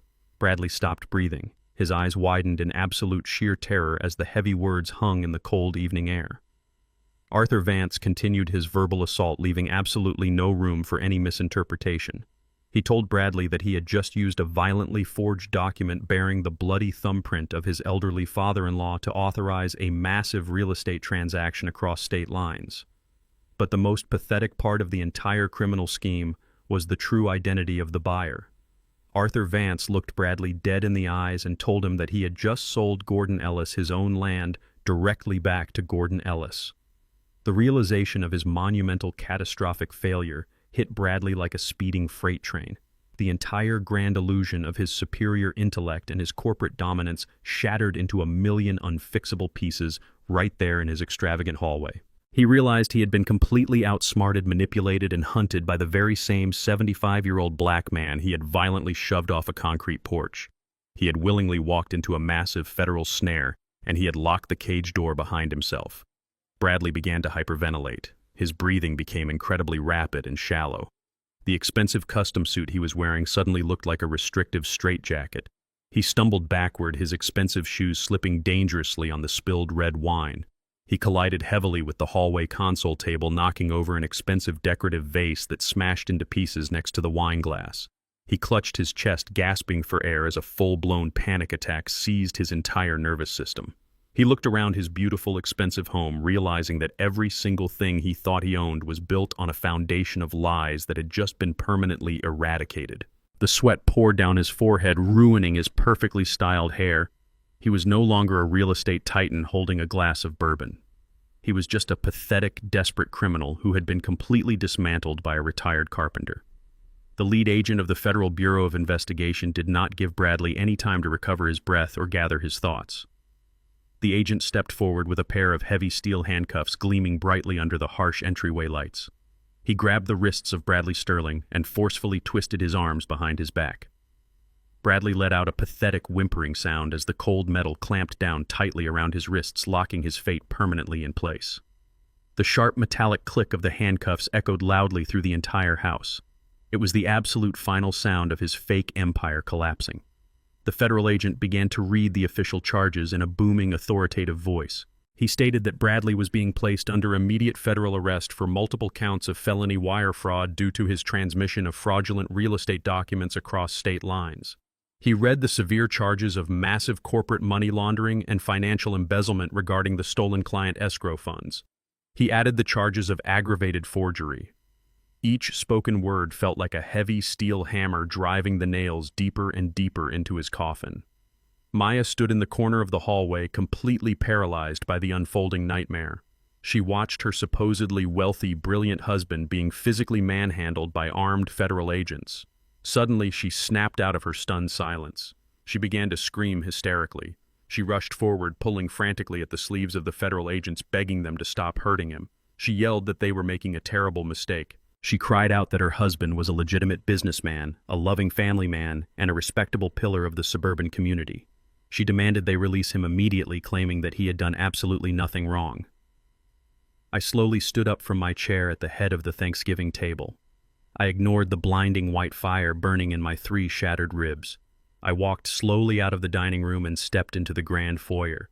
I looked at my daughter screaming and defending the absolute monster who had broken my bones. I reached inside my coat pocket and pulled out the thick manila folder containing my certified medical records. I walked over to the marble console table and slid the heavy folder across the smooth surface right toward the lead federal agent. I spoke in a quiet but perfectly steady voice. I told the agent they needed to add one more severe felony to the list. I stated that the folder contained certified medical proof of severe blunt force trauma and broken ribs, proving a clear case of aggravated elder abuse. Bradley looked at me with eyes full of absolute terror and total defeat. He knew he was completely destroyed and that he would never see the outside of a prison cell again. But the execution was not quite over yet. A second federal agent stepped toward Maya, who was still crying and hyperventilating in the center of the ruined hallway. The agent did not offer her any comfort or sympathy. He held out a thick red file and placed it directly into her trembling hands. He told her she needed to review the contents of that folder immediately. Maya opened the red file with shaking fingers. She looked down at the documents illuminated by the flashing police lights shining through the open front door. She saw pages and pages of complex financial records, loan agreements, and aggressive promissory notes from dangerous, unregulated shadow lenders. She saw her own name printed boldly at the top of every single page. She saw her own social security number used as the primary guarantor for over $4 million in toxic predatory debt. She looked at the federal agent in sheer confusion, asking what these horrible papers meant. The agent looked her dead in the eyes and delivered the final crushing blow to her reality. He told her that her loving, successful husband had completely stolen her identity. He explained that Bradley had forged her signature to secure millions of dollars in illegal loans just to fund his failing business. The agent then told her the most disgusting truth of all. He explained that Bradley had used her face and her race to set up a fake charity called the Atlanta Black Youth Initiative, using the struggles of her own community as a shield to launder his stolen money. Maya dropped the red file onto the floor, sending the financial documents scattering across the marble tiles, mixing with the shattered glass and the spilled wine. The terrifying reality of her situation hit her with a devastating physical force. She was not a wealthy suburban socialite living a dream life. She was a victim of massive identity theft perpetrated by the very man she shared a bed with. She was millions of dollars in debt. Her pristine credit was completely annihilated. Her sprawling mansion and her luxury cars were entirely funded by stolen money and blatant fraud. The glamorous high society life she had chosen over her own father's safety had been a complete and utter lie from the very beginning. Her entire world shattered completely, leaving her standing alone in the ruins of her own greed and ignorance. She fell to her knees right there in the cold entryway, unable to support her own weight anymore. She looked at Bradley, who was currently being dragged out the front door by the armed agents. He could not even look her in the eye. He simply stared at the floor like a broken, pathetic coward. Maya realized that she had sacrificed her relationship with a father who loved her unconditionally for a miserable thief who used her name as a human shield. She had stood in a gravel driveway and mocked an injured old man just to protect a parasite who had secretly tied a financial noose around her neck. She buried her face in her hands and let out a loud, agonizing sob that echoed endlessly through the massive, empty mansion. The luxurious fortress she thought would protect her forever had instantly become her permanent financial prison. I just stood there quietly watching her cry, feeling absolutely no pity and no remorse. The fragile house of cards had finally fallen, and the absolute truth was the only thing left standing in the wreckage. Maya remained on her hands and knees in the ruined entryway of the extravagant mansion. The flashing red and blue police lights swept across her face, illuminating the tears streaming down her cheeks. She was completely paralyzed by the massive weight of the $4 million in predatory debt her husband had strapped to her identity. But the total destruction of her luxurious reality was not quite finished. Arthur Vance, the ruthless corporate attorney I called the Ghost, stepped around the shattered crystal and spilled red wine on the imported marble floor. He did not look at my daughter with any ounce of pity or paternal warmth. He was a man who dealt exclusively in hard numbers and absolute legal consequences. He reached into the inner pocket of his charcoal pinstripe suit and withdrew a single crisp white document. He stood over Maya, looking down at her trembling shoulders, and delivered the final financial blow of the evening. He calmly informed her that the document in his hand was an official 24-hour notice of eviction. Maya looked up at him, her eyes wide with sheer panic and desperate confusion. She stammered out that this was her home and that she had a right to stay. Arthur Vance corrected her with brutal mechanical efficiency. He explained that the 3 massive mortgages tied to this sprawling property had been in severe default for months. He told her that the primary lending bank had grown tired of the toxic risk and had eagerly sold the entire debt portfolio to a private holding company. He watched the realization slowly wash over her face as he revealed the true identity of that holding company. He told Maya that the Ellis Blind Trust had purchased every single cent of the debt attached to this property. He made it perfectly clear that the $3 million fortress she thought protected her from the world was now entirely and legally owned by her own father.